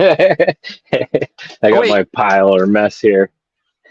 Oh yeah, where's is this? Wait, let's put Ray here. Yeah, is that Ray? To be honest with you, I've been picking this for like 2 hours, and my wrists actually are hurting a lot because I pinched myself like mad putting them on the one time. Oh, there we go. Is that the Smith & Wessons? No, these are Peerless. 700s? 700s? Yeah. Nice. You got the double lock on? I do. Oh, so yeah, they can be a little tricky. Pop off right now. Well, I'm not too bad at getting them off my left wrist, but my right wrist doing it with my left hand is a shit show. Same with me. Yeah, it's always easier one wrist or the other. You got to come so far around on that sideways lock orientation. Yeah. It's weird. I got it. You got it? Oh, nice. It's easy when you find it, but it sucks when you try to duplicate it on like the up and down keyways. Oh yeah, there you go. I nabbed myself. Got a little bite. Oh, I was bleeding from the whole stupid Coxie talked me into hurting myself. I don't know what happened with that. Oh yeah. You see, I was like, let's be a pro. Let's put them on like the cops do, and then I hit this one and freaking nailed myself. Ooh. I did that one time trying to shim a pair. They got so tight on me because the shim didn't work, and I shimmed them in, pushed them, and closed them. And I was like, oh, man, that got me good. Yeah, I tried doing that the other day. Tried shimming them. My wife had to rescue me because I put them on behind my back, so I couldn't pick them. So I'm like, okay, let's try and shim it. Ooh. So I waddled my way over to the counter and grabbed the shim from behind me. And I'm shimming and I'm trying to squeeze it in. Next thing you know, I'm so tight that it was like I went over to him, like, you got to get these off me. And she's like, okay. And it was like, she couldn't get them off fast enough. It was hurting so bad. And I'm like, come on, just get them off. And it was, it was a mess. Dude, my wife I feel like she went slow on purpose. My wife is actually so keyed into the fact that I'm like doing escapes and fucking with locks. If I like yell out of frustration too much, she's ready to come running up the stairs to come help me. Like it's crazy. All right. Oh yeah, we got an ad. What's up, my brother? Oh, what up? Oh, no love. Finally. No, the South. Oh, that's my boy. How you doing? Tired. Been a long ass day. I get you. What cuffs you got, man? A really old pair of Peerless, and I think these are Smith M100s. Yeah, the M100s. All really old. Oh, nice. And so you got them from your dad, right? One's from my dad. These are from my dad, and these are from when I was working at the jail. Okay. Nice. Yeah, they still got my initials on them. Oh. Yeah. You engraved. Nice. Right. Did you do it yourself or did someone do it for you? Oh, no, I did that one day at work. Just threw them on there. Oh, wrong pick. I'm Oh, about to nice. break my good pick. Yeah, yeah. Sweet, man. You picked Yeah, them my both bad. open? Ow. Yep. One of these is tough because it's worn. That one's open. Nice. Yeah, if The Coxie double. pops back on, I bet he'll be able to tell you what model those are, those vintage ones. Oh, yeah. I sent him the link. He's like a walking Again. museum. Right. Yeah, Zach Oh, can't yeah. find anything Oh, left over. Deadlock says Mrs. D has rescued me a few times. She has also refused a few times. Hey, Yeah. I said, Well, like, that goes look, both ways, Mr. Deadlocks. Deadlocks. Where's my? Oh, hold on a sec. He was messing with her in the one video. Do you remember it? Where she was going to grab the key or something and he swiped it away and he's like, oh, no, no, not that easy. Oh, I did not see that. Oh, Oh, yeah. And she had to pick her way out and she did good. But yeah, she was like, wait, what? she absolutely cracks me up, man. But I said, like, look, my wife has Mrs. Stu stickers. Does Mrs. Deadlocks have a logo and stickers? And he was like, shut up. No. Wow. Shut up. That's messed up. She'll She have needs some a before long. Mrs. Deadlocks needs a sticker. I told him, I was like, we'll get one made, man. One way or the other. She's too funny, man. She cracks me up. Right. I love her. Yeah. Now I like the video that blooper video he put up where she just went to dying laughing at him because he couldn't get the cuffs on right. That was an awesome one. That's what makes it. You got to have fun too, you know? Like, you can't just be like, oh, it wasn't a perfect, take. I'm just going to delete that. Like, you got to have fun with it, you know? Yep, Oh, yeah. Yeah, man. that you do. I do, even like with the escape videos or anything, dude. I could do 2 or 3 more takes and get it clean and faster. But why? You know what I mean? Like, why do I Yeah. need to do that? Like, I would just rather, because I can do it one more Right, can anyone hear time. me? Yep. Wait, who? Wait, we got I'm Coxie struggling to back. hear you guys. So hang on. Hey! Yeah. Coxie. There we go. Emergency requiring of laptop there. So yeah. It happens, man. It happens. Got you back. The All curator's right. back. Nice. We got another new guest on with us, too. We got Nola now. Yeah, we added What's up, 2. man? We added W30Y Ray right before you bounced out or whatever, and then we had Nola Southpaw. Nola Southpaw is one of my mid vet guys. So he's another vet. And he's in my other group, and I just found out earlier Coxie's a vet, guys. So Oh, nice. Oh, nice. yeah, so Thank you. Coxie is For your officially service. he's officially in Mitten Made Lock Sport because I don't ask. I just once I find out, I grab you and you're in the group. So that's how it works. So he's a member, and we're It's gonna like a give him black some van stuff. pulls up in front of your house. You get Yeah. handcuffs thrown in.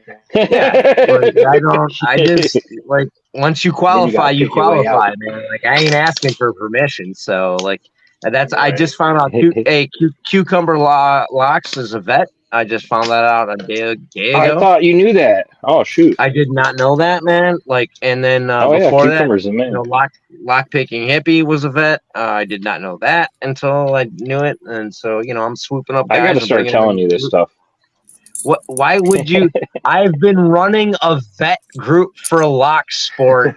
Why are people not telling me that they're vets or they're vets? Come on. Right. I know, I'm dropping the ball on that. Because me and Cucumber also talked before. I should have. Nah, Cuke's cool, man. Cuke's cool, man. Like I kicked him into the server. He jumped in, was joking with everybody, and it was nice. And I'm gonna get him. I have one of the Christina Palmer multi-pick sets still that I can send Cuke. So that's gonna end up going to Cuke, and Nice. yeah. I fucking love that shit. You know, like, and then we're gonna get. I'm gonna get shit to Coxie. Just, hey, not too dead. Yep. So I was talking to Coxie. Sorry, I'm talking to Coxie earlier, and he's like, "Yeah, I ordered stuff from Southern." I was like, "Did you tell him you knew us?" That you knew not to dead. And then he was like, I'm a vet." And I was Stu. like, "You could have told him you were a vet." I was like, you know, I was Did like, you already "That's how get you this get stuff, some-" or He's got it on the way already, but I was like, "Did you use Pick Me?" He's like, "No." He used none of the avenues to get money off or free shit. Go ahead, Coxie. Okay, right. So, you know, I've got one or two handcuffs. You've seen a couple of them, right? I have what I call my keyring of doom. Right, Oh. which is if the guests come over and they try something on, and I need to grab a key quickly, this is my "they might get you out of the shit" problem, right? So it's all the unique ones. And when someone says to me that all handcuffs use the same key, this is one of the examples I show them and say, unfortunately not.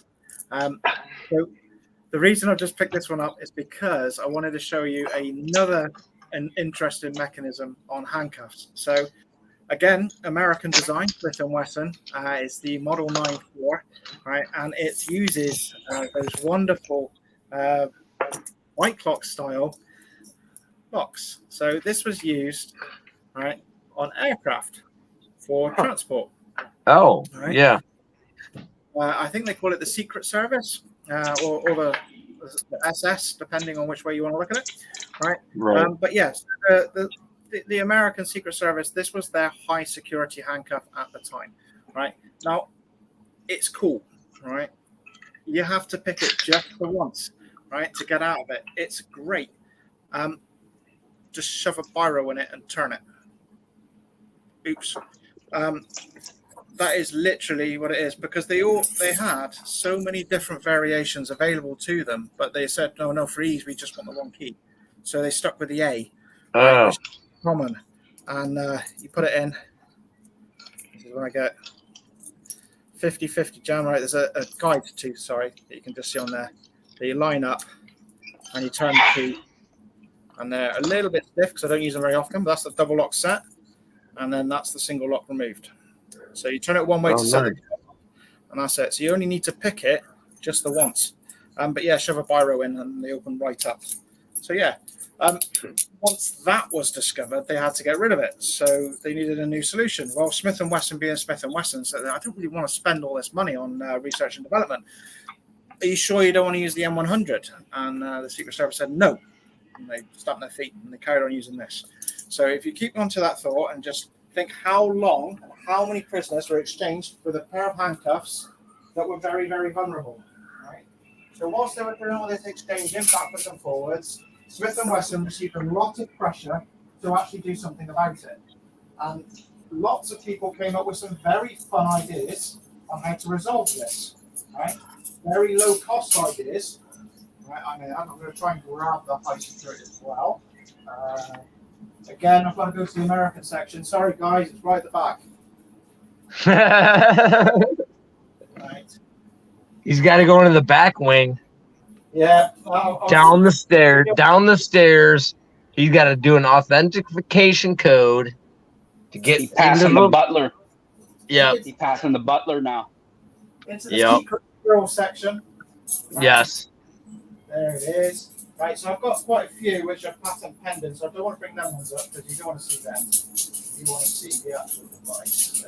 There we go. Right. So apologies. Right. Jeez, that cave. I've got the key ring of doom. Right, so I just got those over there for a second. Right, so some enterprising people came up with some solutions for them so that they could utilize the same handcuffs. So this is one solution. Obviously, I've 3D printed it and replicated it. All right, and it was made by Steve Santini. All right, it's called a triple lock, so it used a separate padlock on it, so that it was low cost. That was the idea. That idea was poo-pooed because what happens when you lose those bits is back to a normal handcuff. So they said no. All right, and he went, okay, not a problem. I'll come up with a better plan for you. So he decided to drill 2 bloody great holes. Came up with a solution. All right. So that was the next idea, which was kind of cool. Everyone went, yeah, that's brilliant. But what lock should we use?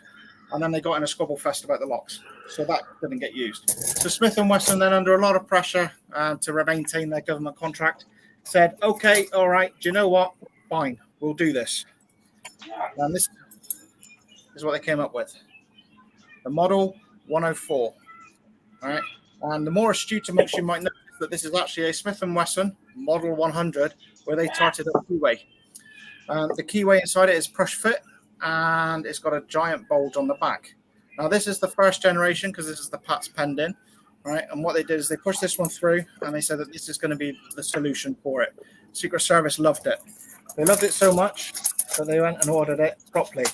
And so it went through, and then when it went into mass factory, look at the size of the bulge on the back. All right, so if I just bring up the Pat pendant again, all right, minuscule, commercial. All right, so that nubbin, right, means that you can actually abuse these. These are more insecure than the original Pat pendant because you can now get around the corner. That's a bit of a shame. And they also did a longer chain version as well for people that were a bit chunkier. So there we go. And that is the 104, which was the replacement. So there we are. So that's the Smith & Wesson high security. And if anyone's interested, there's nothing high security about it. They come with a fancy key, all right, which means that you can't fit a standard handcuff key in it, and they charge you an absolute fortune for said key, which I'm now going to try and find. Nope. I will find it. Oh, and the window exploit works on it as well, which I have demonstrated before.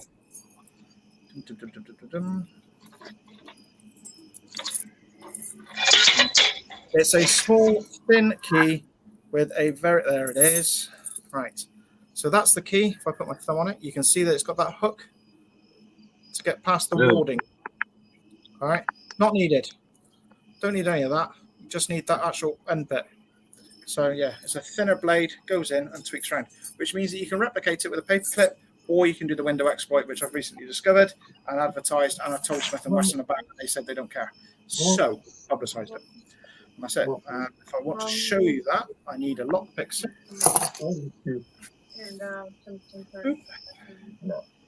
Is everyone aware of what I do with the Wesson window exploit? You're what? The window exploit on Smith & Wesson. No. Okay. So, in Smith & Wesson, there's a little tiny metal spring. Right? The design of it actually hugs the pulls. So the idea is that I'm going to abuse that by putting a small piece of metal, right? In this case, a tension wrench. Can I place it inside the spring? It's not quite enough. So I'll go like this side. It's trying to find the right balance between too much force and abusing the crap out of it. Right, let's try that one. So we're going to lean against. Oh, even my PC's wanting to die now. Oh my god! Right. So lean against the spring and lean against the bow, and everything should open in one motion. So here we go. Give it a go. Just like that. So there we are, and that's the high security defeated with a tension tool via the spring. Nice. Window. Right. I like that. Because all the batteries are dying on me, I'm going to have to say I am sorry. So hey, good night. Thank you for jumping in. We want you to jump in again whenever you're ready, man. And we'll get Deadlocks in here. We'll get Random Jim in here. You know, we want to keep this as a place to kind of keep showing what you got and showing what you can do. Okay. Like I say, don't be a stranger. You know where you can find me. I'm on Discord with Deadlocks, and I'm also on my YouTube channel as well. So you can find me on there. Just ping me a message. And my email is actually, you can always email me as well. So yeah. Thank you, brother. Thank you very much. Have a good night. Much for being a part of the Shacklemen and everything else. We appreciate everything. Your support is awesome. Keep it up. Yep. Cheers, dude. Have a good one. I'm gonna go to bed. Yep. Have a good night. Hey, and Tequila Dave asked where the Shackleman name came from. That was from Parky. That's where the Shackleman name came from. The design of the logo, the two different designs intended to be two sides of a poker chip, and the name itself, and kind of an endorsement for the idea that Not Too Dead and I had. Like Parky was like, "Yeah, do that shit." So, I just wanted to answer that question and give Parky that, nod, man. Like that's another one of those things. Oh, there's the elephant trunks. It's just another one of those things that, he did. I was just randomly talking to him one day after Stu and I talked about it and his conversation with Jim about starting a cuff club. And random Jim's like, "Is there a cuff club?" And Stu's like, "Well, there is now." And yeah, I sent the text over to Parky, just talking about it, just excited, just sharing information with him. I don't hear from him for hours, and I'm like, "Oh man, what did I do?" Next thing you know, I get pictures and I get everything, and he goes, "Shacklemen logo," and I'm like, "Wait, what?" And I my hair stood up, and I couldn't get the pictures over to Stu quick enough, and I'm like, "Dude, I freaking love it." And I was like, "Did you tell Parky about the idea?" And he goes, "No." No, He goes, no, that's not and even then how he it just went took down. it and ran with it, man. You- He you named it everything. Just he went with it. You sent me a message and you said, "Dude, Parky nailed it." Like you told him what's up, or like you assumed I had talked to him by how Yeah. much he nailed it. Yeah, and I was like, Yeah. I don't know what the fuck you're talking about right now, man. I was like, but I love the logos and the name, and that's where we're going. So, yeah, that's why. There we go, Shackleman Cuff Club, right there, brothers and sisters. And in parentheses, he said, he goes, I named it with the intent of Shackleman, the slayer of cuffs. That's how he kind of worded it and put it. And I was like, that's what's up, brother. I love it. Yeah, Right. it's just another thing he left us, man. Yeah. All love to him, man. Nola, you still there? Oh yeah, I'm still here. Can you hear me? Yeah. What are you popping? What are you doing? I'm just playing around with the peerless. I couldn't get my peerless pick to work. Are you picking? Are you shimming, or what are you doing? A little bit of both. A little bit of both. Would it fit in the keyway, the shim you made, or would it not fit in? Oh, the shim I made works. The shim I have actually works. It's a little 10,000. I mean the pick you made. I meant sorry, wrong word. It fit, but I think I made it wrong. I don't know if you can see that. My camera, I got the wrong camera loaded up, but I'm trying to look. It might be too long of a bend. It almost looks like the bend looks good, but the point might be too long. Oh, okay. Because mine's real subtle. Less bend, man. It's like a 45 bend. We should have had Coxie show us his pokey pointy thing. His pokey pointy thing is straight. There's no bend. That's his whole point with pokey pointy. There's no bend necessary. So if you have a slight bend at the end. No, not most of the time. Like if you have a slight bit of bend, though, it'll help you if you're find. I use a slight bit of bend, man. I need it. But ultimately, it's just that slight bend that gets you underneath the ridge of the where the outside edge of the cuff, and find that little piece you're trying to click. So yeah, it's not much of a bend. The more bend you have, the harder it is to get it in there at the angle you need, and the more precise the angle has to be. If it's straight, you have more play. Gotcha. Yeah, or closer to straight. I need I like a little bit of angle myself, man, because you can get in underneath with a little bit of angle. Yeah. The angle has been perfect for me. Oh yeah, I just tried the straight one and with a little kick on the end. Interesting. Yeah, I'm still trying to figure. I can do it with a regular pick. This is just gotta get used to. Yeah, it's like one of those things. Once you get the feel for it, it's like you could do it all day afterwards. You're like, oh no way, it's that easy. It's like it was right there in front of you the whole time. Yep. Yeah, because I could jump in there with a regular pick and. What's up, Keybeard? Oh, Keybeard's in the chat. To the beard. Keybeard ordered some thumb cuffs. Keybeard's gonna be joining the Shacklemen. Yeah, nice. I'm excited for that. That's awesome. I want to see what the beard gets up to. Snake just jumped on, said he didn't know there was cuff lives. Well, this is the first one, Snake. Well, he might have been on for a little bit, but that's why you're privileged for the very first Shacklemen cuff live ever. And go back and watch all the great content with Coxie at the beginning. Oh, yeah, Right. Mr. Curator. And Aaron. Oh, don't forget Aaron from Southern I like that, Specialties. Ray. The He had curator. some Wi-Fi issues and had to bounce out, but yeah, it was great hanging with those guys. Oh, just seeing. And early on, Aaron was he had technical shit, but he was in and out from Southern Specialties, man. We had Aaron on. Yeah, he was in here. He was playing around. He was saying, "Hey," hanging out. He's he'll be on again, whether it's Shacklemen or Mitten Maid. He's a member of both clubs, so he'll be on again. That's what I get for going and doing adult stuff and not just being here. That's what I get.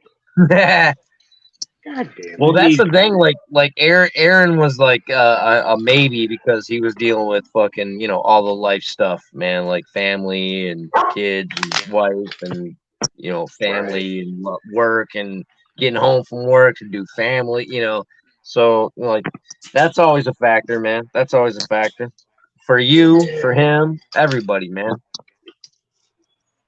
Look at these Century or these ASCP Centuries at Coxie's. I think he suggested for the second pair of cups if people are looking for new ones. Look how how easy you can hit these and just so this is like a pick from Covert, 20,000's pick, just bam, and it pops right open. That's what he was saying. These things will make you look like a rock star. You're not going to jam them up.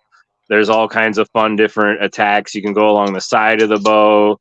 Press down in, you can go underneath it, you can do it with paper. I mean, there's a keyhole on both sides in different orientations. One's center, one's offset, so that's nice too. You could practice with that. I mean, these things are crazy, and they're pretty cool shape and lightweight. They're neat cuffs, but there's a lot of slop right there. Slop. Dude, lock slop is like a very minor degree, but when you get into that, it matters. Oops, I'm gonna bend a pick. I'm gonna bend this pick. Eventually, I'm gonna have to upgrade and give me some new ones. Some new cuffs or new picks? New cuffs. Oh, I want some cuffs that actually cooperate like they're supposed to. Yeah, I gotta send you that pair of thumb cuffs, man. I got that at least for it coming at you. Eventually, we'll get you some more cuffs too. Let's see the bottom left screen. Bottom left screen. I know. Right before I was coming on here, I was looking up the Peerless with the Desmos in it. Like those are sweet. Bottom left. They are like $300 though, but. No, everything I have is newer deadlocks. Oh, what? Bottom right left, now? you said? Yeah, that's talking me. about. Well, then he said bottom right now.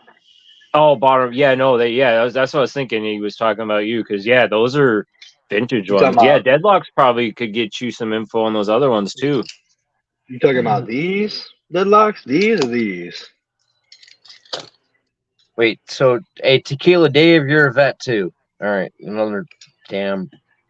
You better start writing these down. You're filling. Dude, why are you all fucking secret vets? Tell me. God damn it. I'm running a vet group for like 3 months, and all of these guys are like, "Hey, you're doing a good job, man. I support you. That's awesome." And I'm like, "Thank you. I feel the support. I appreciate you." And then I'm like, "Wait, are you a vet? What the fuck?" I love the humble, love, brother. It's just the humble nature of people around here, man. Yeah. They're like, yeah, I want to support other people. I'm not trying to ask for support for myself, Like, I appreciate that, but still, god damn it, I look stupid if people know you're a vet and I ain't giving you support, so stop making me look stupid and tell me you're a vet. Well, listen, he said he wasn't a vet. I got Coxie. Who was the one I just said? Damn it. Tequila said he's not a vet. It was his dad that was a vet. All right. He was just in the Navy cadets. And close. I think in Deadlocks, I think these are from about that time because these are like my dad's first pair of handcuffs when he started at the sheriff's office back in before I was born. So yeah, probably the early '80s. So yeah, they definitely got some age on them. I feel Can you old give us now calling them vintage. Can you give us a better close up of them? Yeah. Get them right up on that camera for us. Let me see if I can switch the cam while it without. Oh, nope, no, I can't. All right, let's try it like this then. I got that stupid zoomed out camera on this piece of shit phone and didn't load up the other one. I missed You hate that phone so fucking much, man. I really do. Hey, what's up, Downfall? Thanks for popping in, man. Sorry, man. It cracks me up. Downfall. Downfall. What's up? Snake. Anyway, go back to let's see, settings, camera. Let's see. Can I change the camera view now? Stu could throw you on big screen, I think. Let's so see. Deadlock can get a better look at them. Hold on. There we go. Let's see. Hold on. Layout. Hold on. Stu's gonna throw you up on that big screen. I love your background with the flag too, Nola. That thing is awesome. Thank you. That was just kind of a happen chance because I needed something, and this was the computer gaming mat that I had. Thanks for that hint, Nola, or not to. Yeah, I thought of it. I was like, oh shoot, wait, we can do that. I was like, no, you're right. We have our own stream now. Good call. Good call. No, good. Yeah. Right. Wait, and if I'm missing out, dude, definitely tell me. So thank you. Go ahead, Nola. Yeah. Yeah. So these are the Smiths from probably, like I said, probably the early '80s. Yeah, they definitely they got all kind of build up on the insides on them. In there on the double locks. I don't know if you can get a good view of that or not, but because the damn camera won't focus. No, Coxie just said no rivets, Windows present, model 100, mid 80s onwards, stamped serial. So, yep, he just saw all the info there. Nice. So they're from the mid 80s? Is that what he said? Yeah, and they were made, after that too, but he's thinking mid 80s and newer. Yep. Cool. Yeah, these I just don't know. There's slight writing on the edge of these. Where is it at? Somewhere on one of these bows. Dude, Forrest is a vet. Forrest Hanley just said, "I'd be a vet." Unless he's a veterinarian. Forrest, man, hit me in my comments on a video and Discord, whatever, man. Like, let's connect. We'll get you in the group. That's those Peerless ones, Nola? Yeah, see right up in here, and I can't get any kind of angle for it to see, but there is some writing, but it's so worn off from years of use. I can see Peerless handcuffs, and it looks like it says Princefield or something, Massachusetts, but I can't see anything Springfield, else. Mass. Yep. Springfield, that's where they were made. Yeah. Or are made. But I can't tell. I don't see anything about what model they are at all. So I don't have a clue. I just use them. Coxie said he just wanted to say thank you for hosting this and having me as a guest. Yeah, man. Like, you're awesome. Always welcome. Yeah, that's he also said. Right. Yep. He said to give him a minute too, and he'll get you dates on those Peerless. He's looking them up right now for you. I just figured out how to highlight a comment. That's nice. It's been popping them up. Was it doing that randomly? It must do it, or unless I accidentally have been hitting them as I've been scrolling. So let's. Yeah. Oh snap! I see a model. Let's go deep. Well, he says model 600. I see it right there. I can't tell if it's a 5 or a 6, but the 500 or a 600, whatever that's supposed to mean. Huh. Yeah, I don't think That's they make a crazy. 600 now, so it's got to be vintage because they're I've never seen 700s that now, before. 7 and 800 series. Huh. Damn. Yeah, see, I have a tendency to have a bunch of old crap. If I open my toolbox, I got a 1932 crescent wrench, Nice. and I've Nothing got a wrong with that. 1937 crescent wrench that's an 8-inch versus a 10-inch. So yeah, I've got old shit. Yeah, dude, I used to have some old hand tools that I lost, and it bums me out, man. Like, and they weren't the ones I used for daily use or anyway, but like, I loved that I had these because they were, man, when you get a hold of an old hand tool, dude, it still works. You know what I mean? Yep, It's not bent, it's not wrong, it's not, so it's nice this I to is have bought that in your toolkit. I bought this drill at a yard sale, this hand drill, a few years ago. And when I was doing new construction, I brought it to work with the ship auger bit and everything, and I handed it to the young kid, and he just looked at me and he wouldn't even try it. Like if somebody handed me this, I would go drill the house for like an hour with this just to amuse myself. If you're gonna let me do it, I'm gonna do it. But the kid wouldn't even give it a try. I restored it, finished the handle, cleaned it up. It was all rusted, and he just looked at me like I had 7 heads. that's crazy. That's wild. It's Yeah, got see, some I cool. don't even go Speed out truck. looking for the old stuff. I just end up with old crap because I don't like to buy new stuff. So I just use stuff till it no longer operates or exists anymore. Dude, I was absolutely stoked. I was out on lunch yesterday from work.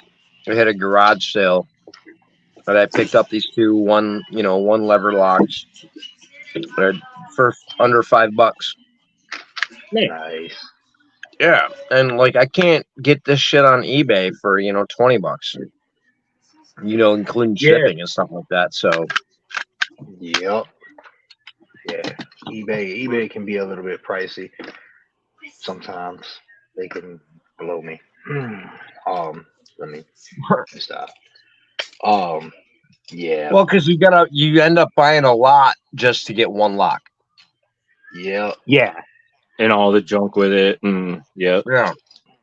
Now the message. Oh, I don't have the listing, and I can't get to my text messages. I know the missus just told me that she put a bid in on some old vintage. It was like a lot of vintage locks. It was like $20 plus like 10 for shipping or something, and it was like I want to say like 8 or 9 or maybe 10 locks, if not more than that, of like vintage Yale, Slaymaker, things like that. And I'm like, oh, okay, cool. All right, that works out. I'm good with that. I'm not gonna complain. I do like the old vintage locks, though. So yeah, Yeah. I like that kind of stuff. Ugh. So Coxie said 1981 to 2011 for those peerless ones. Huh. The braze technique was stopped in 2011, and he's talking about I think he's still talking The about the Smiths. other ones, the Smiths. Yeah. Oh, okay. Yeah, cool. That's good to know. Brace technique was stopped. All right, cool. That's good to know. I'll keep that in mind. Now I'm gonna have to do Yeah, some the other looking. ones are going to be older because you said I they're would. yeah. Yeah, I don't even know when they stopped making them. I honestly, that's something I never really thought about. I just knew that when I started, he gave them to me and was like, "Here you go," and I was like, "All right, time for me to learn how to open them." I've been picking on these things for 25 years now. Oh, nice. That's why they all like the keyway is so worn out and just ate up and chewed up down here from shoving paper clips in there. The post is bent. Like I used to spend hours just sitting in the house when I wasn't working and practice opening them because I worked in Sallyport, so I was constantly transporting and all of that. So yeah, it was always a high likelihood, especially where I was working, of escapes or attempted escapes. So we needed to know things. Yeah. Yep. Oh yeah. I had like 8 or 9 handcuff keys sporadically spread throughout my body when I worked back there. You just never knew.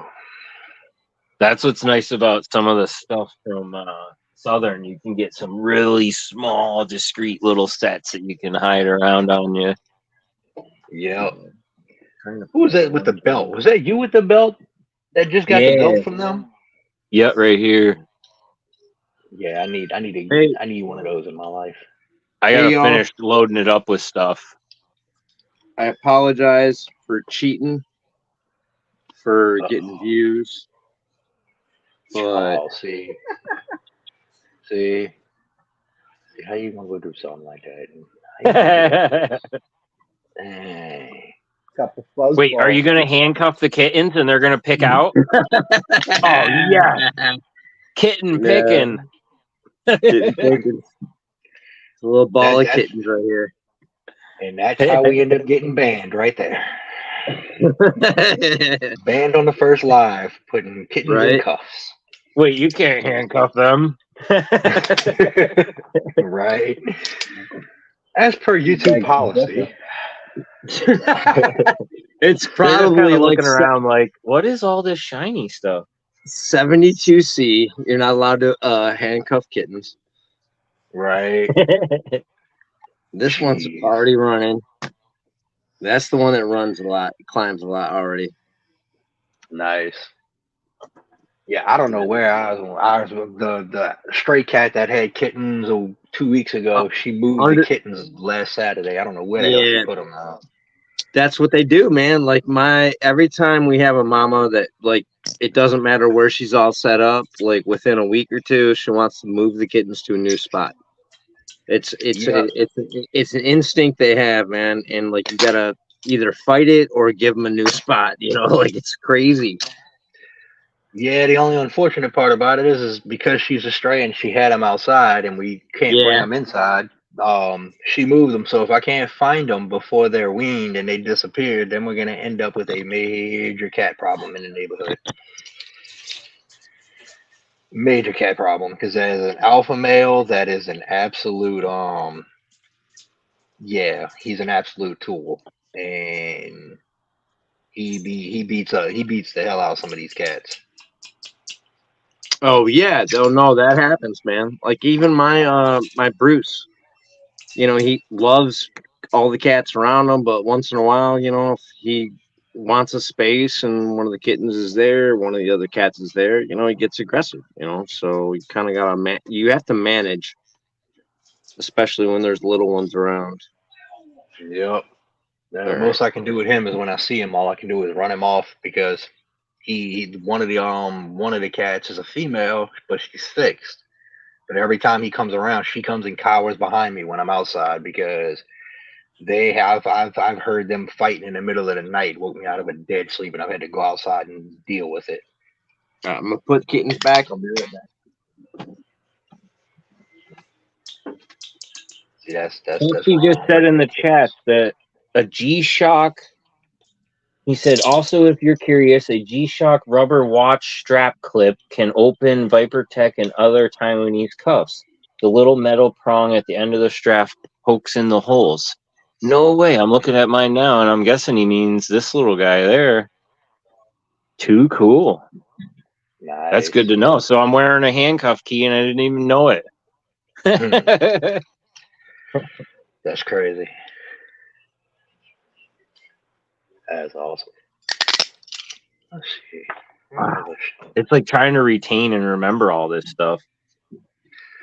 Yeah, it's a good thing all of this is recorded. Too bad the chat ain't recorded. I know. I always wish you could go back through the chat. Yeah, that does. A lot of good stuff happens in the chats. Yep. That's the unfortunate part. I take screenshots sometimes when I'm on my phone, but I have a hell of a time figuring it out on the iPad. It's weird for me. I always end up shutting it off because you got to do like the power and the other button or something. On what, the iPad? Yeah. That's the problem right there. It's an iPad. Yeah, it's my work one. It's not mine. Whoa. So at least I have it for the chats. Acceptable. Acceptable. It works. Sorry, I'm Yeah. eating. At least you're not using, a full-on iPhone to do your recording with, so you're good. You're good. Yes. I ain't gonna say nothing about it. Nobody. Hey, Let me thanks take again, care of Coxie, for popping on, and you have a good night, sir. It's 3:20 in the morning there, so he says, it. "Be Oh safe, wow. all. Have a great night." Have a Later, good one. Coxie. Oh yeah, We'll thank catch you, you dude. next time, brother. I could hang out with him for 5 hours, watch him show me cuffs, Oh yeah. telling me how to So get in them. you doing Yep. okay over there, Ray?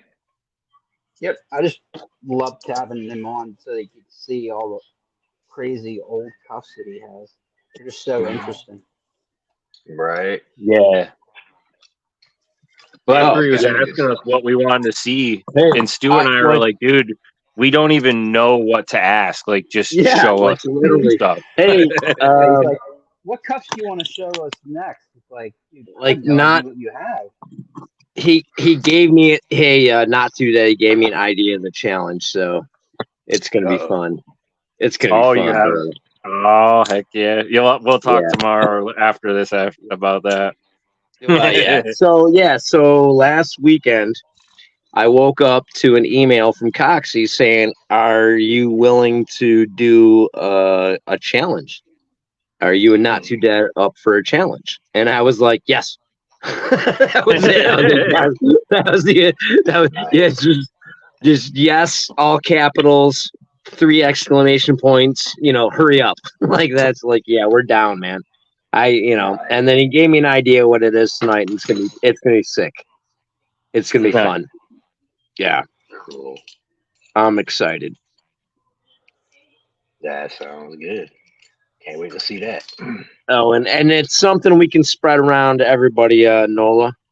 So Uh-oh. everybody in the Shacklemen, it's one of those. It's like challenge lock shit, man. We're gonna be Yep. able to we're gonna be able to move some stuff around to everybody in the community, and that's what this is about. And let's take the time, man. Hey, look, we had some guests. We wanted to focus on them early. Wanted to have fun, everything like that. But we're deep into this. There's only 16 people watching. What the fuck are we doing here? We're a handcuff escape club and escape artist club, and we want to promote this particular corner of Locksport. Lockport. Yeah, Right. and give it the love. And I think we can create a community within this particular part of the passion that is the same as what the Locksport community is. It's people supporting each other and helping each other and giving shit to each other and giving Yep. each other advice and so and looking out for each other. And like I think we can kind of connect us all and generate more interest and support in this particular passion in this corner of Locksport. And Coxie and Deadlocks are guys. And what's the other one? Not too dead. Dead Silent but silent. descriptive. Silence. Yeah. And Silent but there's other descriptive. people that, but they're all kind of independently trying to create attention and passion for this particular pursuit. And it's a struggle. And I get that, man. Like it's like me trying to tell everyone to rake. Everyone's a lock picker. I'm a raker. Like I'm kind of like on the outside edge telling people to Rocking and do stuff. raking. Yeah, rocking and Reagan. Like so I get like, and they're even. It seems like an even further little niche corner, and we love it. Not Too Dead and I want to do this stuff, and we want to learn from these guys, and we think that And God everybody forbid you probably ever, wants to do it too. and Go God ahead. forbid you ever get illegally detained, or it is a crazy world we live in, and if you got family, loved ones, stuff like that, this is something that could potentially save somebody's life someday, and it's a great thing to utilize. And we show using everyday household items how to bypass and open these Not even, handcuffs. So that's pretty not vital, even, I think. not even legally detained, dude. Just ill detained. I'll tell you from one quick little burst of reality from my childhood. I had to learn to get out of restraints. Out of because I was an abused child, and a lot of people get, restrained that illegally. So when people are like, the cops don't do that, it's not cuffs up behind the back, blah blah blah, like cops do. Well, we're not telling you to get away from cuffs when cops put them on you. We're telling you to get away from cuffs when anyone else puts them on you. And when they do it, they're probably not going to do it the most effective way. And that's what we're trying to teach you. Yeah. We're not saying become a fugitive from justice. We're saying reclaim your freedom when it's possible. Yeah. Something's So gonna that's teach the you first important. thing. Yeah. Somebody's gonna try putting cuffs on you. Immediately put your hands out in front of you to get them to Well, put them on. In front. yeah, the thing is, and I Once you dude, I was realize gonna that do you're it. getting caught, Let me do it. There's my camera getting knocked.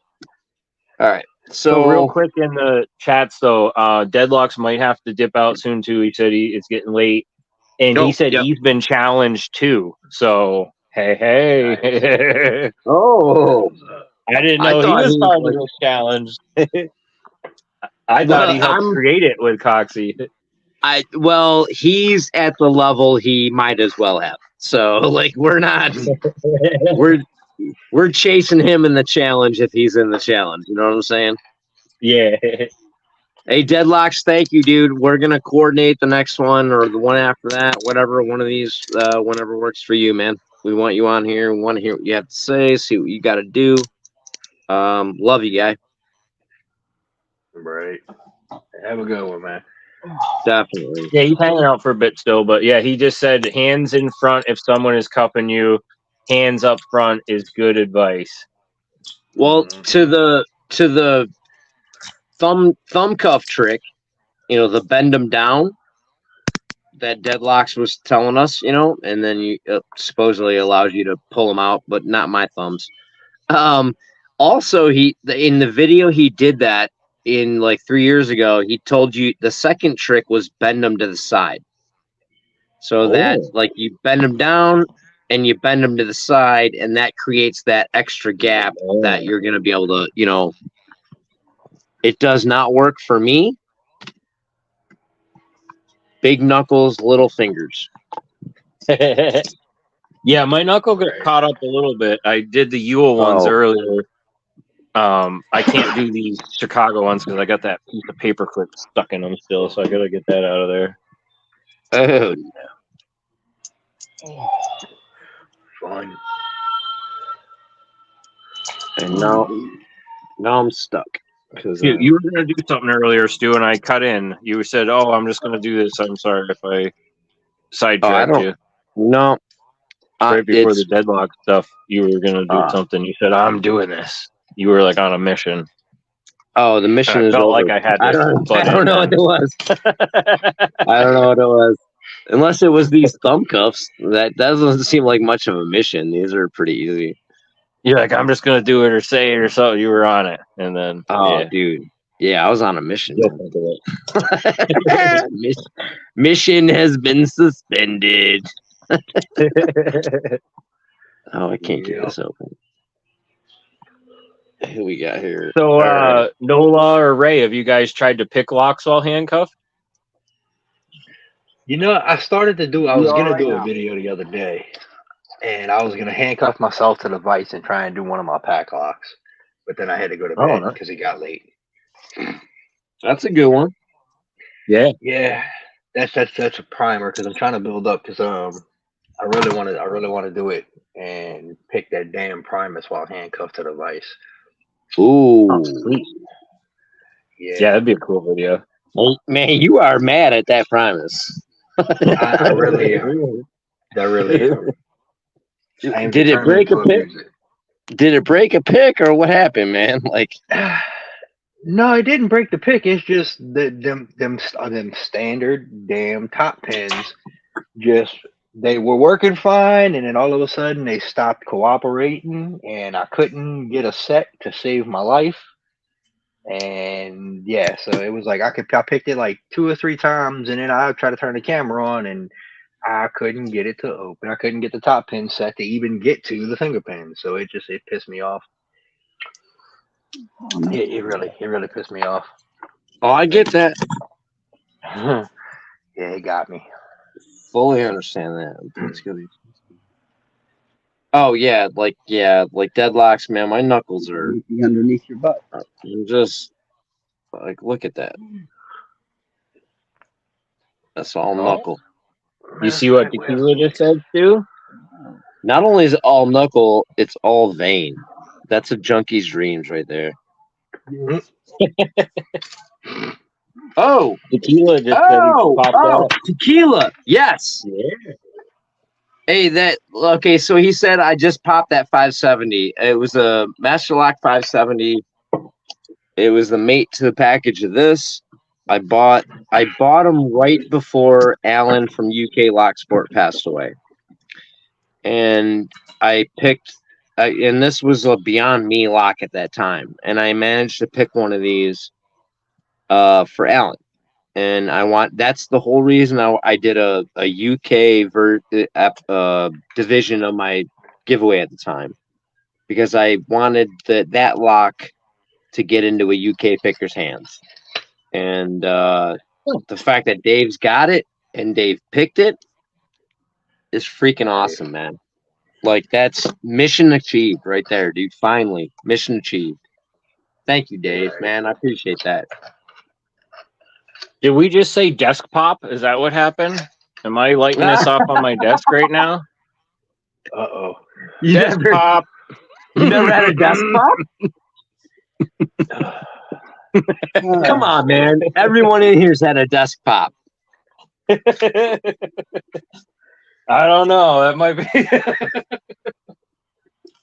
Dude, that's one of the funniest movies to me. Like, those guys are really, really good together. Nice.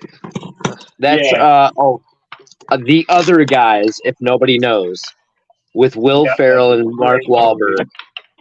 Yeah, it's an incredibly silly and funny movie. All right. Let's go. Hold on, I think I got something I can do a small desk pop with. Let's do. Oh wait, who's that? Who's gonna do a desk pop? I'm gonna try to do something over here. Hold on, give me 1 second. Oh, all right. Let's see if I can find a little popper or something to throw down. I was like, I don't even know what I would try to fake a desk pop with right now, man. Like, but I'm in it. Don't hurt yourself. Yeah, everything. It's the locks I'm worried about. Oh, Dave, that's awesome, man. Like, whatever you feels right with that lock, you do, man. Like, you keep it, you move it to someone, pass it around, send it to the family. I love you for it. What did you even do? Oh, yeah. Well, you gotta tighten. That was a little better. You gotta tighten the stem before you throw it, so it's the tightest. Oh, these ones got the crazy twisted stems already. Oh, okay, yeah. Yeah, we'll try one more right in front of the case here. Desk pop. Oh, that one was better. Oh, that was good. I like that. I can't go any louder, or the old lady will kick my ass. What is that? A snapping pop? Yeah. Man, if you don't squeeze that between your fingers and just be done with it. Hey, if you take those, but the nice thing is, if you take a whole pack of those and you unravel them and you put them all into one little tissue paper together, you get quite a bang. Mm-hmm. Like a mega pop. Yep. Right. You should see some of the jumbo pops I have, dude. You think that's good? I got some ones that are crazy. If you take sparklers and you bust all the sparkler off the rod and you put them in a glass bottle from a whole pack, and then you take the last sparkler that's lit and you dip it in the bottle, you'll melt the glass. Yeah.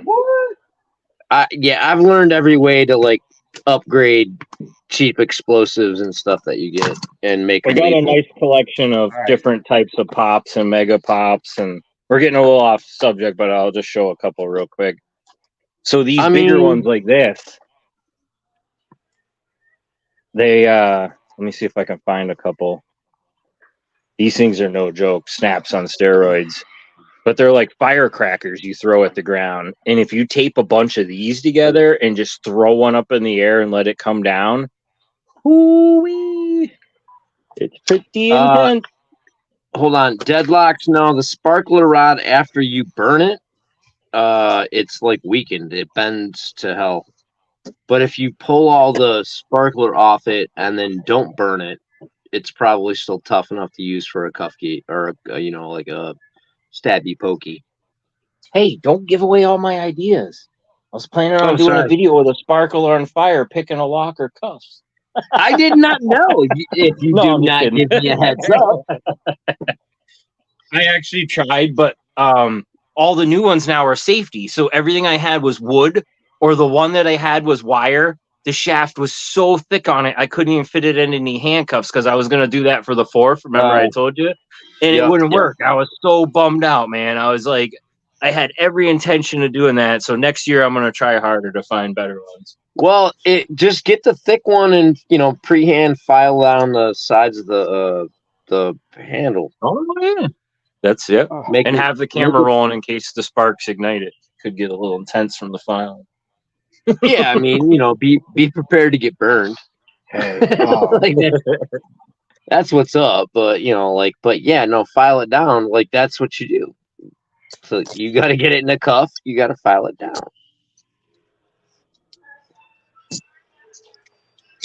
Or you have this. Oh, I can't get in this. There's that moment. There's that moment when you just lose the spot for a little while. Yeah. It drives you a little nuts. You're like, why can't I get in you? I already can't get in you. You suck. Like it just sucks, dude. Like you had it, you lost it. That's the worst. What were you thinking? It's like, what's that? I said, it's like, what was I thinking? Nola, you still there? Oh, yeah, you could switch me to one of these other guys if you want. Yeah, I was just gonna say. Oh, I was just looking around. I was I don't give. Oh, he's into the pack lock. Yeah, dude, we're deep enough. This is all fun and games at this point, my guy. You know what I mean? Oh yes. Oh yeah. That's why I kind of step back a little bit and. Yeah, dude. Like, well, I can't open it, so it doesn't really matter. You're like, what's that? Hey, have you picked a lock with the cuffs on? It's like challenge accepted. I only asked because the first live I ever got on was Stu, right? I hadn't been able to pick my Packlock 98 Pro. So I throw it on handcuffed, and I throw that thing in there, and I open it up within a minute or less, handcuffed on the live, and I went, holy bleeping shit. And everybody was like, what? And then I proceeded to do it double cuffed, triple cuffed. And then I was like, all right, I got to get off here. And I was slipping the cuffs afterwards too. But I was just over there slaying the pack lock. And I was like, all right, I got to get off and go make a video real quick. So I jumped off, did my submission video, handcuffed for it, and got it at handcuffed. And all in one night within like an hour. I was just like, I ran up and down the hallway like 6 times, like, yelling at my girl. Well, not yelling, but I'm like, babe, I just did it. I got that. And she's like looking at me like I'm crazy. And I was like, yeah, I picked it handcuffed and this and that. And she's like, oh, cool. And I'm like, it's a blue belt lock. And she's like, cool. It was so much fun, though. I owe it to Stu and the live magic. Nice. Yeah, he can do that to you. Let's see. That's why I encourage people to give it a go. You never know. I don't know. And for me, putting it in a vise helped because that was the first time I ever put it in a vise. I'd always tried to hand pick it, and I can hand pick it after that, and everything. But I initially couldn't get that first, feedback or something right, and then afterwards, it's been great. But it's like as you guys all know, it's like that little like aha moment, and you're like, oh, I figured it out. Nice. Oh no! Like, hold on. That live you're talking about, that was the one where our boy Parky was also popping that pack lock, and you just kept yelling, "This is the easiest lock I've ever picked. This lock's a piece of shit."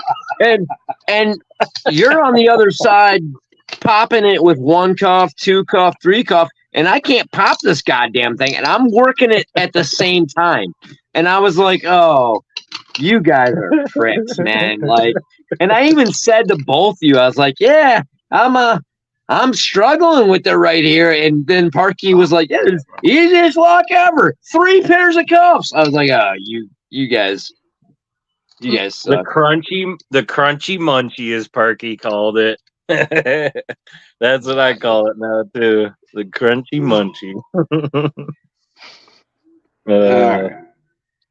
Jeez. Oh It yeah, adds a unique element of or it adds a different twist to it, doesn't it, when you're cuffed? Yeah, it sure does. yeah, deadlocks. It still warps the end you hold.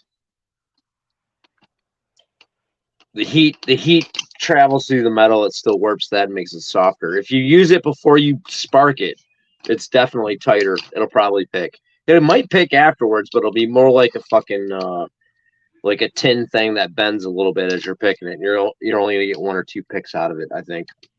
Well, that's where you got to light it and pick it before it gets to the end and weakens it. Like that's the whole. Yeah. It's a time thing. That's Oh, a challenge. The sparkler challenge. Oh, sparkler challenge. I'm in. That's what I initially was gonna try to do, and I was gonna mail sparklers to you guys and everything, but I couldn't find the right ones, dude. I was like on that. Oh, I wish you would have told me that before all the tents went away for July. True. I bet you could have found them over there. Actually, I don't know if we can mail that stuff. Wait, never mind. I wasn't gonna mail that stuff. I was gonna tell people where to get it. Go buy it. Yeah. Right. No, I'll find some, dude. I'm gonna do it. We'll do it. Sparkler challenge. Yeah, if you tell me what state you're in, I can tell you where to get fireworks if they're legal. Or I will find somebody that knows, and I will tell you where to get the best fireworks in that state. Or the nearest. So. Hey, sparklers are easy, man. Yeah. We have some weird laws on that down here. Yeah, they kind of did that up around me too. Yeah. Like one particular, not even parish, but one sub parish or whatever you want to call it, you can sell them, but it's illegal to shoot them. Yeah. Yep. Like, see that stuff kills me, man. It's like don't do that to me, man. If I can sell them here, why can't I use them here? You know, like come on, man. Exactly. Like, that's some silly stuff. Yep.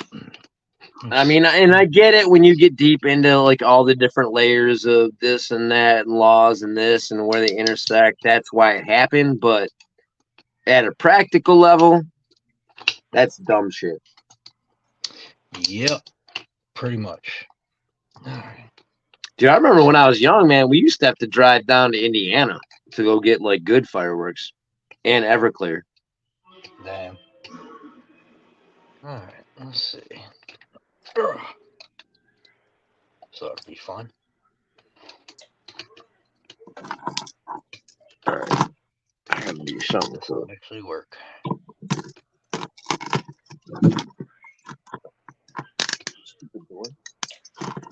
Hopefully my tension rings don't go for a ride. I walloped the keyway out so bad in mine that I think I'm gonna have to buy a new core and repin it because I cannot keep a tensioner in there anymore, and it's driving me nuts on mine. Oh, I can't tension the pack I'm working on, dude. I cannot keep tension bar anymore. I chewed it to freak up, man.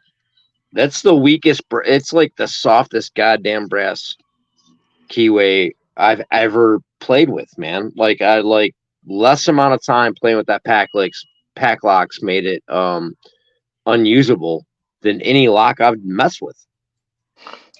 Damn. Let's see, is that the binder? Yeah, the one I used to have from Southern would fit in there perfectly from the Z-bar set and just keep perfect straight up and down tension. And then now, yeah, it's like egg shaped almost. Damn. Yeah, that 50,000s from Southern was the one that the only one that fit it snug, man, when I was first doing it. And then the 50,000s from Covert was okay.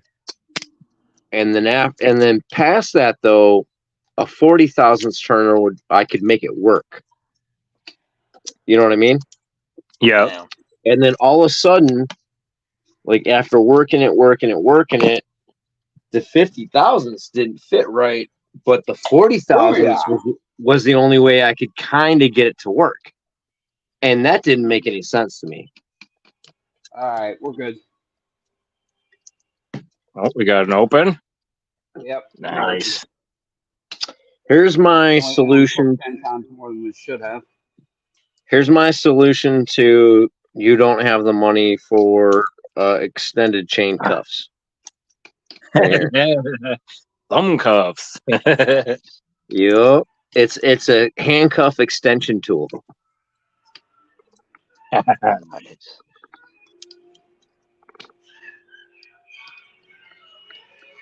I need to get me some fat man cuffs because I'm a fat man. You got a what? He says he's been searching for his cuffs. He's got 7 pairs. I need to get me he's some got fat man cuffs. Hey, and G Key's a musician as well. Oh, really? Nice.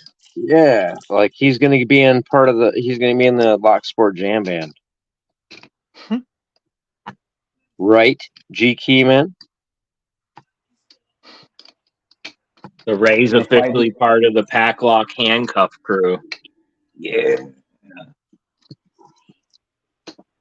Oh, yeah. Thanks. Rub it in more. I knew you were going to say something. I was like, it's coming. Hey, y'all know, dude, I'd never hesitate to cheer on an accomplishment by any one of my brothers. It's never actually targeted by any kind of like, hey, man, that ain't for me. That's for you. I joke. But I love y'all. And I love every accomplishment you guys get. It jazzes me more than my own, honestly. There it is. Yeah, that's what it's about, you know. Oh, somebody else just gonna pop? Boom shakalaka. Oh, yeah. Nice. We're just slaying Packlock's little handcuff now. Nola just got it too. I can't get this last one on here. I'm about to hate my life. I don't even know where the hell I put that prime. Oh, there it is. I grab it. Oh, he's going for the Primus. Ooh. Oh, finally. Dude, that's like, man, Nola's. Hey, Nola, I love Hey, Nola, man, your love of the multi-pick long reach made me start dabbling in long reaches, and I love long reaches now, man. Oh, dude, those are phenomenal. I love those. I got a set of 4 different long reach profiles, dude. I got a whole long reach set. Like it's like I love it, man. Like I love playing around in locks with that. Yeah, that thing's great. When it fits, it fits. Yeah. Multi-pick just got a whole new endorsement lineup too. Anybody see that? Yeah, Sam sent me a message earlier today. Yeah, he's got a whole lineup of new tools and stuff that they're. Did you guys see the chop shop at Covert Instruments? That looks sick. They're gonna start doing custom profiles and custom engraving. But don't forget about our boy Aaron. He will do that too. I was like, I didn't want to say it, man. I was like, but I mean, that's a good idea for whoever already was doing it. Right. That Topo stuff is sweet. That looks cool. It came in today. That's so nice. Sweet. I mean, like but that. At the end of the day, dude, what is it? The same pick set for how much more? Double. Well, you could buy just the scales, right? For the Topo, for that. Yeah, for this. Right. Wasn't that just the scales, not the whole set? Yeah, 25 for the scales, and then. Oh wow, they're doing. Oh. Yep. Oh, you talking about for the scales for the For the, Cobra I Companion? didn't Yeah, even I know saw they. that. Oh, I didn't even know they were doing that on that. Yeah, like that's crazy, man. Yeah, I'm gonna be honest with you. The Topo picks are much nicer than this. They look Yeah, like they were finished way better. Yeah, this is like, I mean, it's not very deep etching. It's just like they etched the paint off. I love my slim pickings. I think it's an amazing system. All right. I don't know why I would pay extra for squiggly lines. You want me to tell you honestly? I kind of regret buying it. Yeah, I don't. Even with like, Definitely. no offense, man. Like, I don't. Why would I buy a Genesis set just with like, unless I just absolutely love it or I want a new set? But if the handles just have a pattern on them, and it's not a different set or there's no extra pick or anything like that, like I'm not in a rush to get it. I'm in a rush to get the McNally set. That's new. You know what I'm saying? Yeah. I feel you there, brother. Yeah. Like I like I like engraved stuff and custom stuff and things like that. And I like that they offer it, but like I'm not that that's not a thing that jazzes me, man. Yeah, I'm gonna be honest with you. I they were impulse buys. The picks Oh, look nice though, because Yeah, the they're pattern nice. spreads between them all, right? Like it makes one yeah. big pattern. No, I'm not gonna lie. That set looks beautiful. Like I'm not Yeah. saying that it doesn't. And if I had the extra scratch, yeah, I would have impulse bought that same damn set. I tried, but Absolutely. it was sold out. So. They still have it, $48. Oh, I thought it was sold out. No shit. Yeah. Oh man, It's still on that. They I must have actually been. lowered the price by $2. Oh really? Wow, I must have been looking at something else or Oh, something, or spacing out. It's in the vault. Tequila Dave just popped the 1106 or 1107. It's the long shackled 1100 Oh, nice. that I sent him. Yeah, I mean it's not surprising. He's an amazing picker. Yeah. You know what? Every lock in the box he could probably pop in 15 minutes if he was really determined. Like that kind of thing. But just like that, I like you let me know. I appreciate that. Anybody in the chats is still hanging out that's new or missed anything? Any questions you have? Any cuffs you want to see? Any random stuff that we might be able to help you out with? I mean, we're not coxy, but we got some stuff No. kicking around. I know a little bit. You know a little bit. Between the two of us, we know a lot of bit. We know some bit. Some bit. Some bit. I know some bit. And we've got 11 whole viewers. But you know what? Yeah. I don't care, man. I'm having a blast. It's been fun. Yeah. It's not about numbers. It's about doing what we want to do, enjoying what we're doing, Yeah, I'm just sharing hanging some out, right? ideas. Yeah, babe. No, Heck yeah.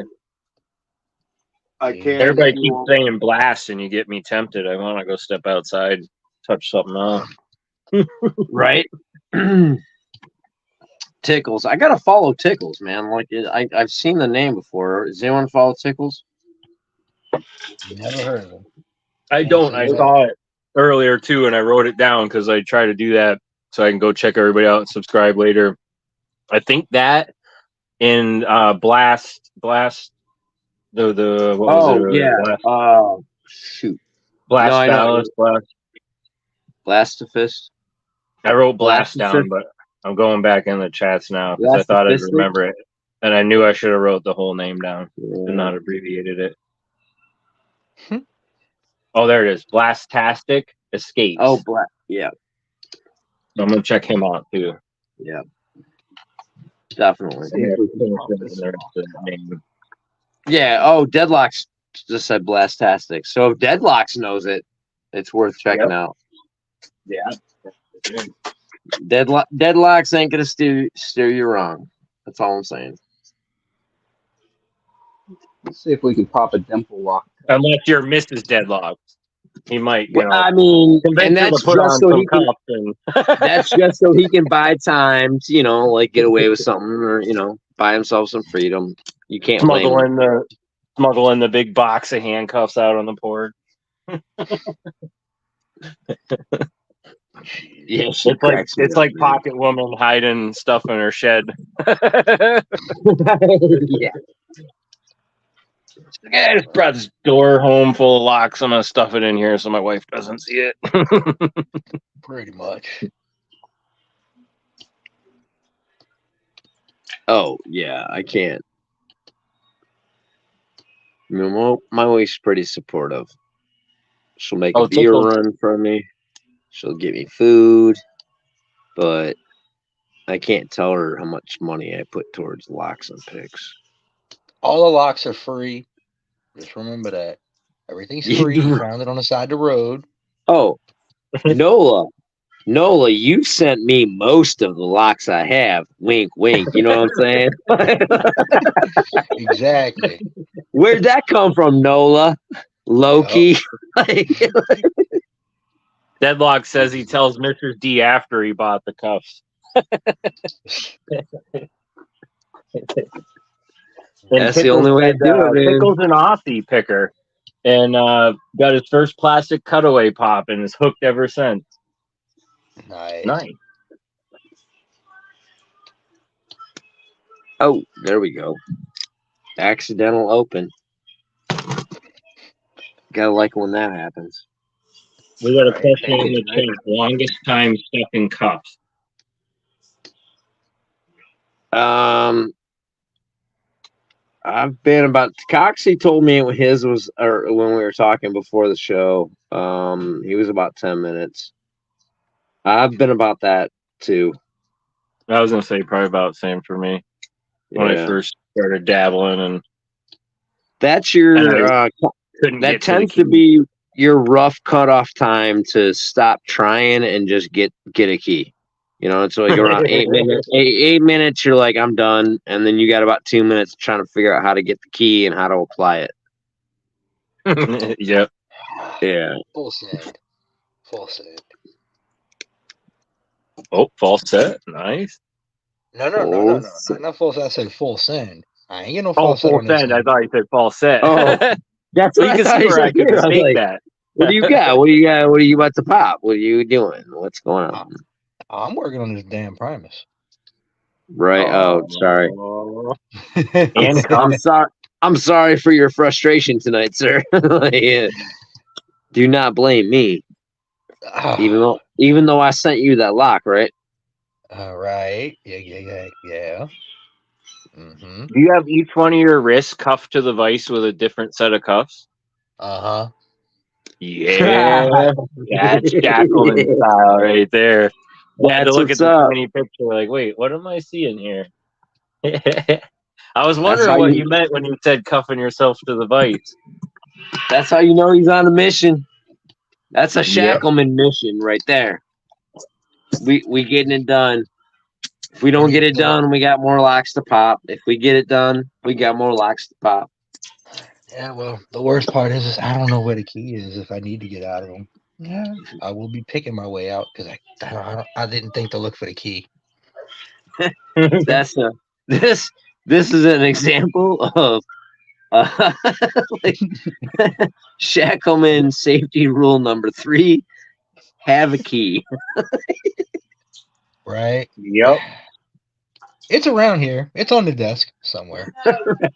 Hey, but for you at this point, man, there's a lot of different tools that are quote unquote a key. You know what I mean? Exactly. So as long as you got something that can be used as a key close to you, you're fine. Yep. But you do want to be safe. I think Deadlocks is bouncing. Thanks for popping in with us, brother. We appreciate it. Thanks for hanging out. He said, great live, you guys. And we'll definitely get you on here, sir. Oh, yeah. Yeah, sorry I was late, by the way, because I was at another live that was inactive, I guess. There was like A 5 few of us. people did that. Of ours we've or had- someone else's? It was ours. We had tech issues. No. Yeah, like I did. Yeah, there was like a double. Yeah, whatever. There's tech issues. Like, but yeah, like yeah, and whatever, man. We're gonna figure this stuff out. Yeah, it wouldn't be We're our good. first live if we didn't have something, you know. Now we know. We got I shouldn't say we, now Stu knows. 10 tech issues wrong in the first 5 minutes and got it Oh, yeah. all straightened out. Yeah, like so, we got that shit We're out good. of the way. You know, yeah, Yep. we're moving on. Yep. Exactly.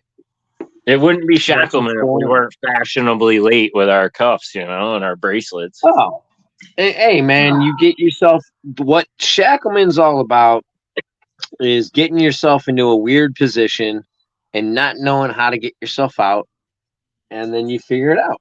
You know what I mean? Like that's that's the gist of it. Like you try to get stuck and then try to get unstuck. So, Yep. and in all right. honesty, like, go ahead. Sorry, I just my wife needs me to take the doggies out, so I think I gotta go. Oh, take off, man. All right. Appreciate you jumping. Yeah, definitely. Love you, Yeah, it was brother. fun. I'll see you on the next one, maybe. Oh, for sure. Yeah. And then Oh, we'll get together for other stuff, man. Awesome, appreciate it. Right. Have a good night, sir. Catch you later. But yeah, like yeah, we can go ahead and call it, right? Yeah. Oh, yeah. I think we've had a Yeah. good evening. Yeah, it was fun. You know, it was a good test. Maybe Yep. we didn't get the draw we wanted, those bastards. But it was good, dude. No, we're good. We're gonna keep doing it. My co-founder, Not Too Dead, you know, for the Shackleman Cuff Club, for the channel, whatever we're doing. You know, he's my boy. Yep. Actually, like an honorary co-founder, Parky, right there. Yep. Definitely. Want to always give him love for what he did for us to help make this happen. And Coxie's picks. Aaron from Southern jumped in earlier. Thank you to him. He'll be back on another live again. Especially, yeah, and we'll get Deadlocks on here. We got Random Jim scheduled to get in here. We got some other people, that are gonna jump in and have some fun. So that's what we're gonna do. Thank you guys for stopping by. You got anything to say on the way out there? Not Too Dead? Oh, just thanks to everybody for their support and everything. We greatly appreciate it. Be safe as always, everything like that. We want everybody to have fun, be safe, on top of it all, and be responsible. Just pay attention to your local laws, things like that. It's something that, you don't want to get anybody in trouble or get yourself in trouble, and never cuff anybody against their will. So just a couple of safety things and things like that as well. But, it's been great hanging with everybody. And also any suggestions, if there's things you want to see, if there's people you want to see us get on here and host, whatnot, let us know, and we'll try to do our best to get them on and have them on here for you guys to, get to know them and answer some questions. Absolutely. Good call. Thank you, everybody, and we'll talk to you later. Bye. Y'all have a good one. Night all. And thank you all the vets for your service.